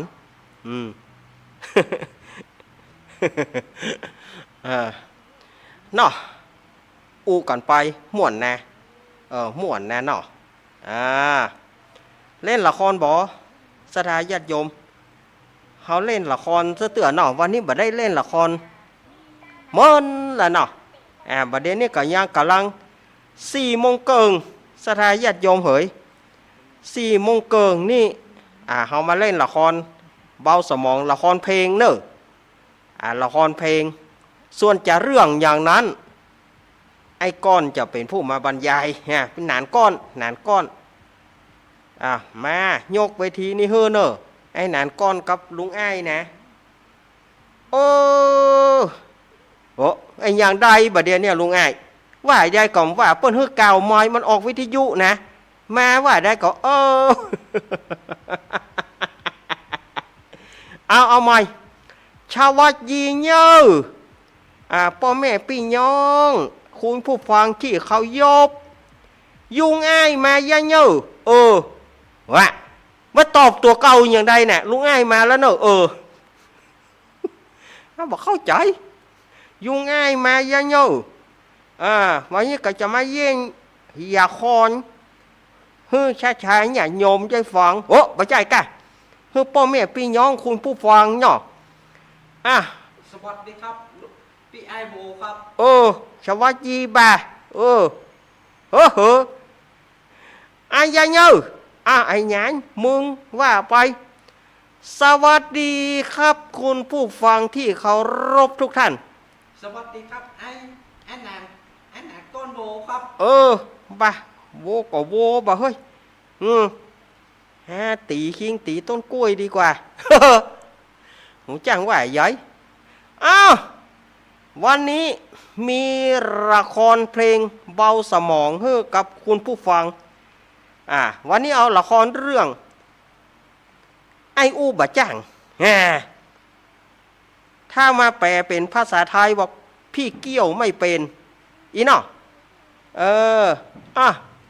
เชิญชวนคุณผู้ฟังได้ฟังละครกันลำดับต่อไปครับมันเป็นชีวิตผมนั่นนะอันใดมันก็บ่มีภัยบ่มีภัยที่จะมาเปรียบเทียบกับผมนั่นนะ เกิดมาเป็นคนนี่นะพ่อแม่พี่น้องเหยอีป่อยแม่เหยเกิดมาเป็นคนกระเปิ้นหน้ามนโปวอ โอ้โห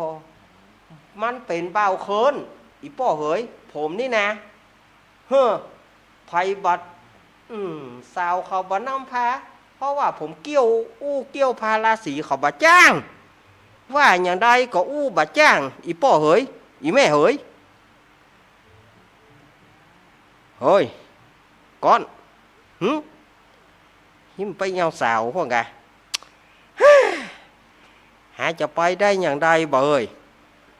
สาวเกี้ยวสาวก็บ่จ้างบ่เฮ้ยลองพอกาจะเป็นเบาเท่าเต้าตายก็ว่าคิงนี่นะสู่บ่ช่วยเชียร์หาพ่องหรอไปเชียร์อย่างใดฮะเธอเดินมาฮะน่ะงามคิงว่ะเฮ้ยโยกคือขิงขิงเนอะ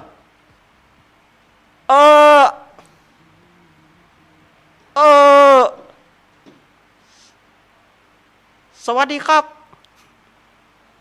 กินข้าวกันยังก็กินอย่าว่าอ่ะโอ้ยก็จะไปโซนเตื้อนะก็หาว่าบัดได้ความหาว่าเดี๋ยวบ่เฮ้ยมันเป็นหาตายเนี่ยหน้าคิงสวัสดีครับไปไหนมาครับกินข้าวแล้วกะครับเนาะนั่นหาว่าบัดได้กินนะบ่เฮ้ยปล่อยปุ่นเลี้ยวก็ถึงบอกว่าหาเกี้ยวบ่จ้างหาบ่จ้างโอ้ยมาห้ามคนอันนี้ก็งามเหมือนกันนะอันนี้คิงเอาให้ได้เนอะนี่ไว้นี่อันนี้หาถอกเหล้าเหอะคิงกินเหล้าให้เต็มที่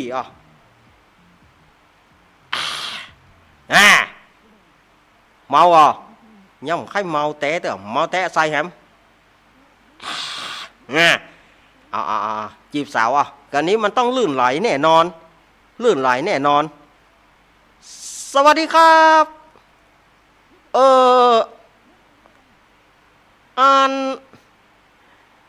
จะไปไหน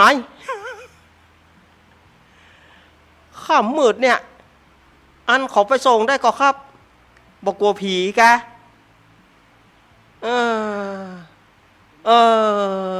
ว่าแย่น่ะว่านะบอกเฮ้ยพุทธาอาเจียนโลหิตแล้วบอกเฮ้ยไอ้ยังของคิงพุทธาอาเจียนโลหิตบาตานหักเลือดเปื้อนเนาะอย่างใดเนี่ยก็เปื่อนคนเนี่ยกล้าอย่างเงี้ยเนาะเปิ้งไม่ไปเบ้าเท่าตายแล้วบอกเฮ้ยใส่แฮมอันนี้ตึงเหล้าตึงเบียร์นะตึงเหล้าตึงเบียร์เผื่อคิงจะมิกเอาดีกีสูงนี่เสรีภาพนี่เอาก้นบุหรี่ไปสูบก็เดี๋ยวมันจะขึ้นโวยเอาก้นบุหรี่ไปสูบขึ้นล่ะเมาล่ะมาห้ามคนนะบ่มีเมียเถอะครับนั่นบ่มีเมียเถอะ บ่มีภัยนี่สักคนเพราะว่าไอ้อูบะจ้างอีน้องปอยเตอร์ว่าหานี่นอโอ้ปอละก่อนปอละคิงนี่หาว่าบ่เป็นท่าไปติ๊กๆแล้วเว้ยอย่างใดเปียงไหนเปียงใดมันก็ได้แต่มันไปท่าสักอย่างว่าหานี่ก็หาอูบะจ้างนะโอ้ย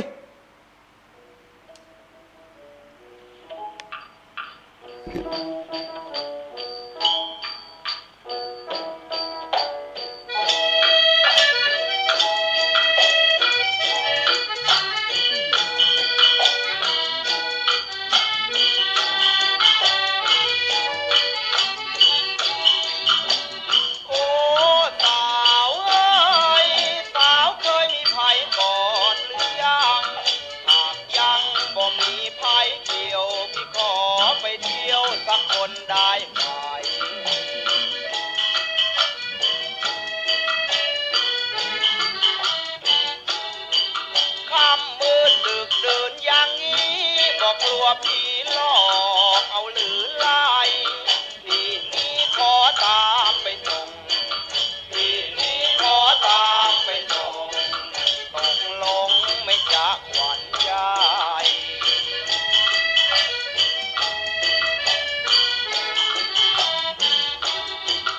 พี่นี้ยังบ่มีเมียบ่มีไผเคลียบ่มีไผกอดบ่เคยสวมสอดแหวนมั่นให้ใครเกิดมาพี่ยังบ่เคยหักหวั่นนักกลัวจะตรมหัวใจ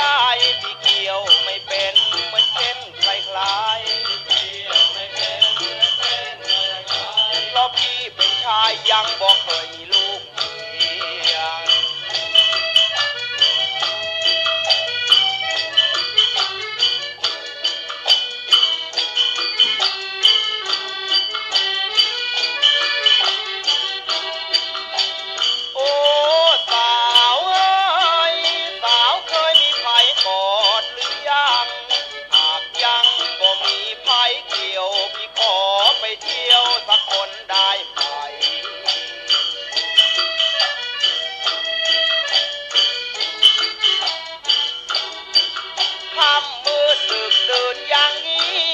กลัวผีหลอกเอาหรือไล่พี่นี้ขอตามไปส่งพี่นี้ขอตามไปส่งตกลงไม่จะหวั่นใจ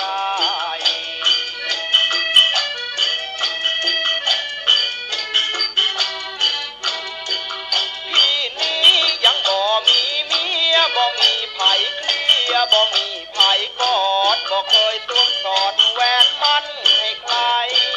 เกิดมาพี่ยังบ่เคยหักหวั่นนักกลัวจะตรมหัวใจพี่เกี่ยวไม่เป็นเหมือนเช่นใครเพราะพี่เป็นชายบ่มีลูกเมีย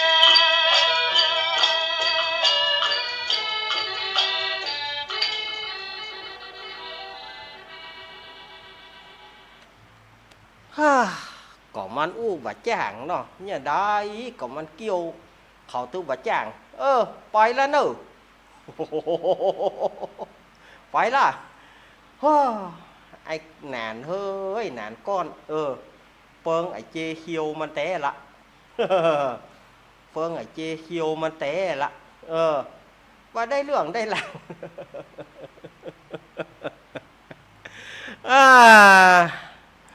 คุณผู้ฟังจะไปกึดไอ้อย่างนักเนอะสดาญาติโยมอาตมาเอามาเล่นนี่นะเพื่อว่า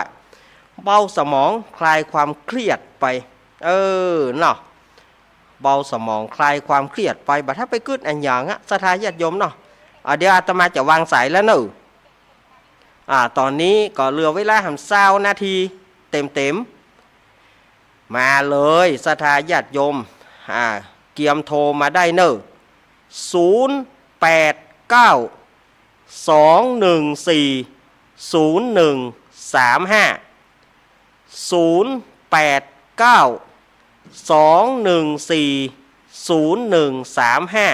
แจ้งผลการรับฟังตัวติชมตัว ทางที่ดีนี่นะบ่ต้องชมมันติเข้าไปมันถ้ากลัวมันโคตรมันถ้ากลัวมันตาย เนาะถ้ากลัวมันโคตรถ้ากลัวมันตายมันถึงปอตาย เนาะสถาญาติโยมเฮาโทรเข้ามาได้เลยเนอะวางสายแล้วเนอะหันมาแล้วเฮ้ยเจริญปอนอ้าวแม่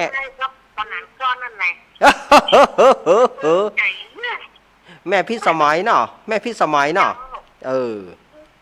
วันนี้น้องเจ๊ๆด้วยเนอะน้องเจ๊ๆเนาะไข้หัวเยอะหันเนาะเป็นกำลังใจนะตรงนี้ยินดีแม่พี่สมัยเนอะเจ้าแม่พี่สมัยนางแลกระเดียวพี่สมัยพี่สมัยหัวหน้าทำงานหัวหน้าทีมงานทำว่าใครเครียดจะมาละนะวางละ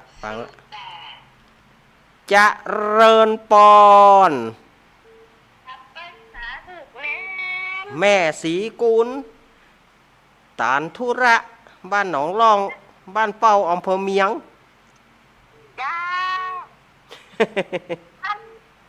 มันตีสาวมาจ้างมาได้สาวเนาะบ่ได้เลี้ยว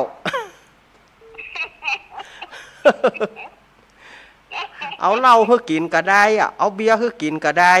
อย่างได้ก็ได้มาจ้างกำได้ก่อนเนาะเฮ้ยเป็นเบาเท่ากะได้ไปชมเปิ้นเนาะได้ไปส่งเปิ้นนะ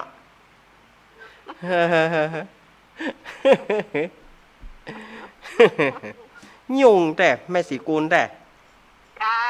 กำลังใจนะลูกเน้นนะยินดีแม่ศรีกุลเนอะอนุโมทนาสาธุจ้าคนน้อยเนอะคนน้อยแม่ศรีกุลคนน้อยป่านกันคนเกิง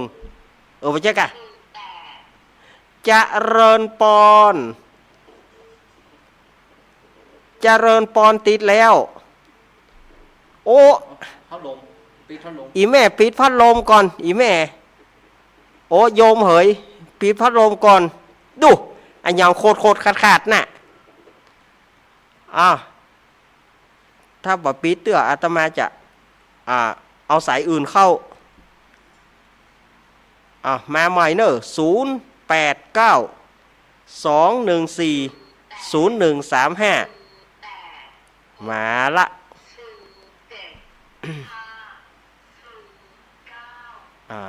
เจริญปอนโอ้ยมปี่เฮามาแล้ว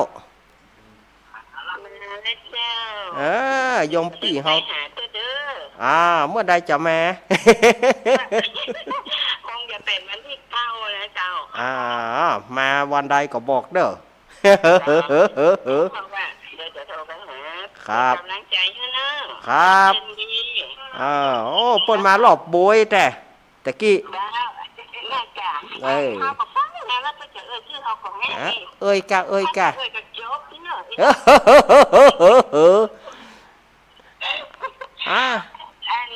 เป็นกำลังใจให้เจ๊ๆเด้อครับแล้วก็ส่งกำลังใจไปหาผู้กองชัยพรพิมพ์สมุทรนะเจ้าก็เดี๋ยวเปิ้นมาละมีรายการก่อนละเวลารายการแล้วกะยินดีเนอะ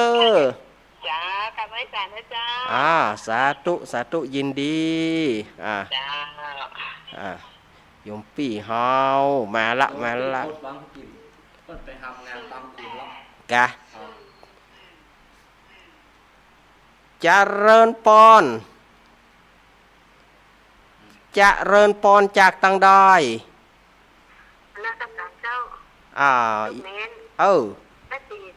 แม่ศรีลำปางแม่ศรีว่าจะได้แม่ศรีที่ลูกเน้นว่าวันนี้วันพ่อนะที่ใครแบบมีพ่อก็ไหว้หู กไว้อย่างนะไม่ให้บรุกี เออ นั่นก็ เออ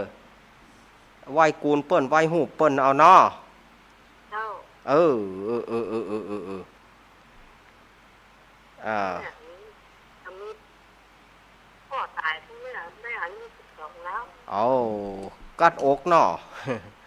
พ่อ อ่า แม่ตายไล่ๆกันนะ เอออย่าได้กะแม่เอากูนเปิ้นเนอไหว้เนอปิตากุนนางมันดากุนนางเนอ เจ้า แม่ไหว้กูนเปิ้นเนาะเอายินดีเนอะแม่เนอคนน้อยเนาะคนน้อยเนาะเวลามันจะบ่ปอ รถบางก็กิมครับ แม่สีคน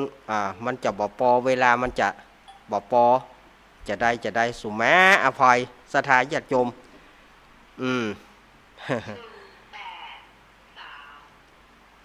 เจริญปอนมาแล้วบ่มาแล้วเนอะ อยากรับแบบน้อยนะเด้อ หยาดน้ำเรียบร้อยเนาะ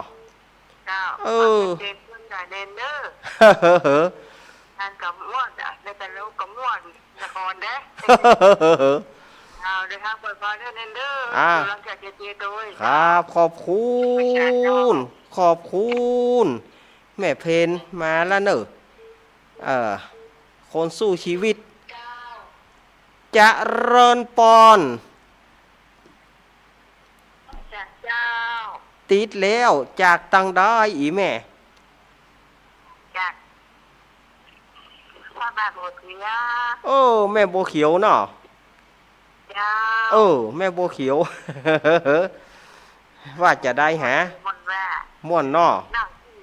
นั่งเข้าหัวคนเดียวอักไป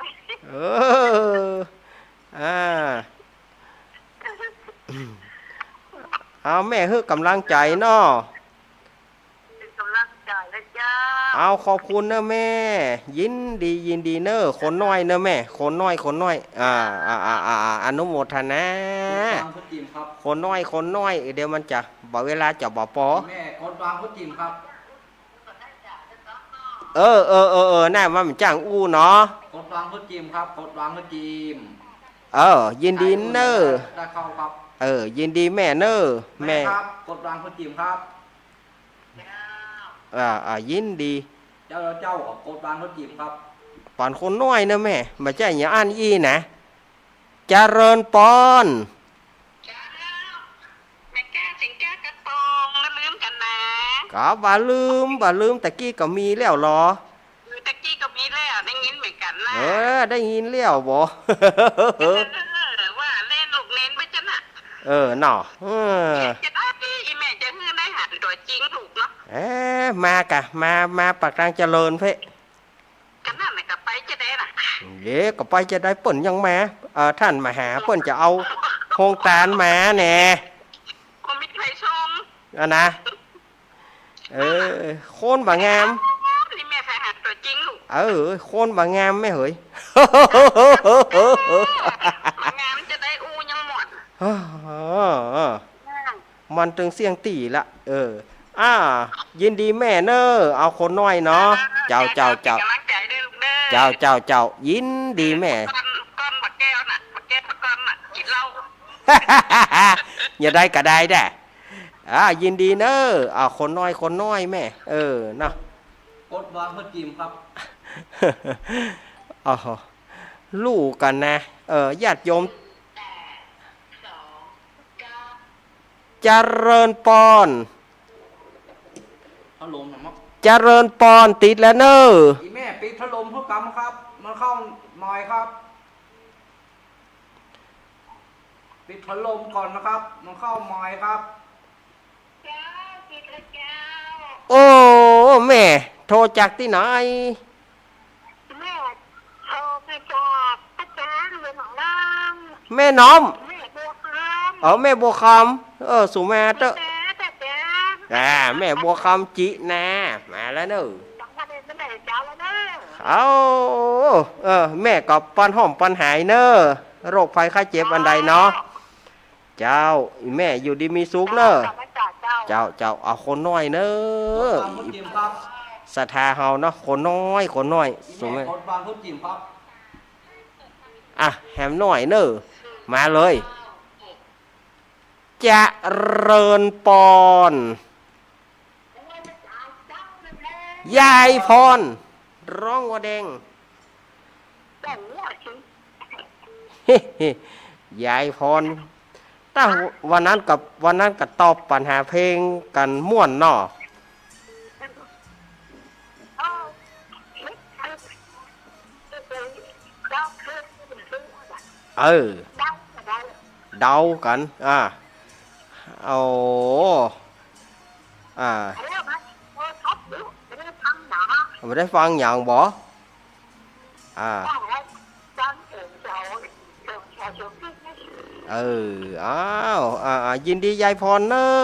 ะป่อนคนน้อยเนอะยายพรเจ้ายินดีเนอะ บางเขาจิ้มครับ ยายพรเด็กหญิงพรยายพรโคตรบางเขาจิ้ม เด็กหญิงพร เด็กหญิงพรมาละ เอาห้อยไปบาไปกอมมาฮะก็ถางที่ว่าได้แต่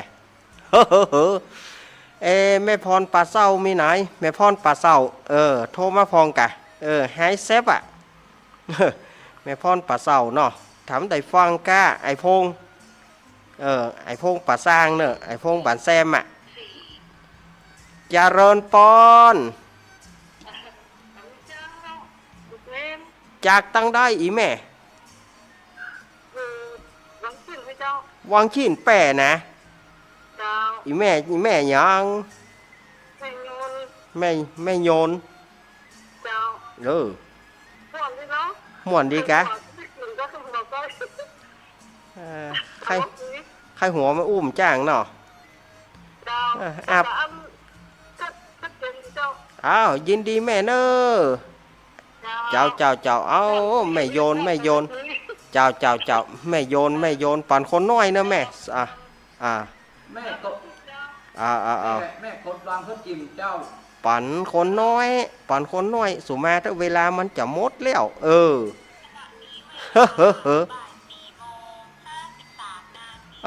เหลือเวลา5 นาที4 นาทีมีอยู่ก็089 214 0135โทรเข้ามาเจริญปอนแม่สุแก้วคำอ้วนมาละแม่สุแก้วเฮาแม่ก็มันบัดเดี๋ยวนี้มันก็เหลือแฮม3ก่อนบัดได้แล้วแม่ก็วันอังคารหน้าเนาะการหน้าก็มหาราชเนอะเจ้ายินดีแม่นมัสการเจ้ายินดีแม่แม่สุแก้วคำอ้วนมาละแม่สุแก้วแม่สุแก้วคำอ้วนสารปีเนอะเจริญปอนนมัสการจ้าแม่ก่อนกลับมาแต่แนวพอดีไอ้นี่หน้ามันแน่พรจนนั้นขูดแล้วขูดแฉมครับให้กำลังใจให้แน่กันเนอะครับจ้าดูทางปลอดภัยเนอะอนุโมทนาแม่ก่อนจ้าครับและแม่กรกำมลเขยกลางมาแล้วเนอะแม่กรเฮานี่นะแม่กรมาแล้วนะแม่อารีต้นเปาแม่บุญกแม่บุญมีไหนฮะกโทรมาพ่องเหรอ ทีมงานธรรมะใครเครียดของเฮาแม่บุญแม่พรป่าเศร้ายายพรมาละแม่กรมาละค้างแม่อารีแม่อารีแล้วก็พี่ซองสีมาไปตั้งใดกันหมดโอ้วันนี้นะมีกะเทวดาเทวบุตรบ่มีสักตนเนาะเจริญปอนติดแล้ว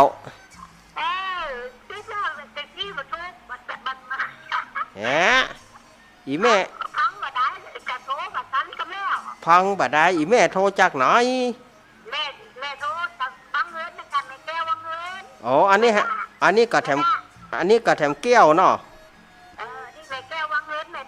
แม่ทะลำปางเออเอาอีแม่ให้กำลังใจเนาะ อีแม่โทรจากมันน่ะแล้วแกว่าโทรไปมันบัดนี้บัดตัน ตาลเปิ้นมันไม่พุทราเนาะมันไม่พุทรา ว่านี้นี่ก็ไม่จากว่านี้แล้ว เอามันไม่พุทราเนาะ เจ้า เอายินดีเนอะแม่ ยินดีเนอะป่อนคนน้อยเนอะสุแม่เตอเจ้ามากู้วันการเนอะเจ้าขอสายสุดท้าย อ่ะ3 โมงเอาเลยเอายินดีแม่เนอะเจ้าขอสายสุดท้ายท้ายสุดมา วางเพิ่มจิ้ม สายสุดท้ายเตะละเจริญปอนโอ้รอบโบยกะรอบโบยกะ เลยนะครับทุกที่ฟังจับได้ข้อ น้องเบี้ยวเนาะ ครับฟังเยอะว่าเด้อ บุญเยาวาดวิหาร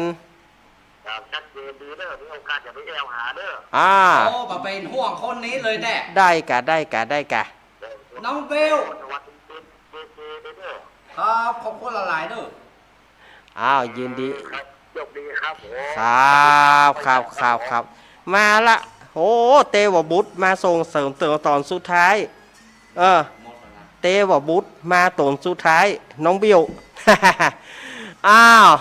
มาเวรถก็แปลว่าหมดเวลาอาตมาจำเป็นต้องจรจากไปก่อน วันการหน้าบอกมั่นใจเต้อเนอะว่าจะได้มาจัดก่ออย่างไรก็ก้อยว่ากันฟังกันไปเรื่อยๆก่อนเนอะวันการหน้าบอกมั่นใจนะ ถ้าว่าอาตมาหายวันการหน้าก็บ่ต้องตกใจก็คือว่าเปิ้นมีการถ่ายทอด งานเข้าปริวัติกรรมที่วัดม่อนฤาษีปากตังสามัคคีถ้าได้ยินก็คือว่าได้ยินถ้าบ่ได้ยินก็แสดงว่าเปิ้นมีการถ่ายทอดอาตมาไม่ได้มาอันนี้ก็บอกศรัทธาญาติโยมเนอะศรัทธาญาติโยมอยู่ดีกินหวานตานต้อมเหมือนกันจู้ปู้จู้คนอายุวันโนสุขังปะลัง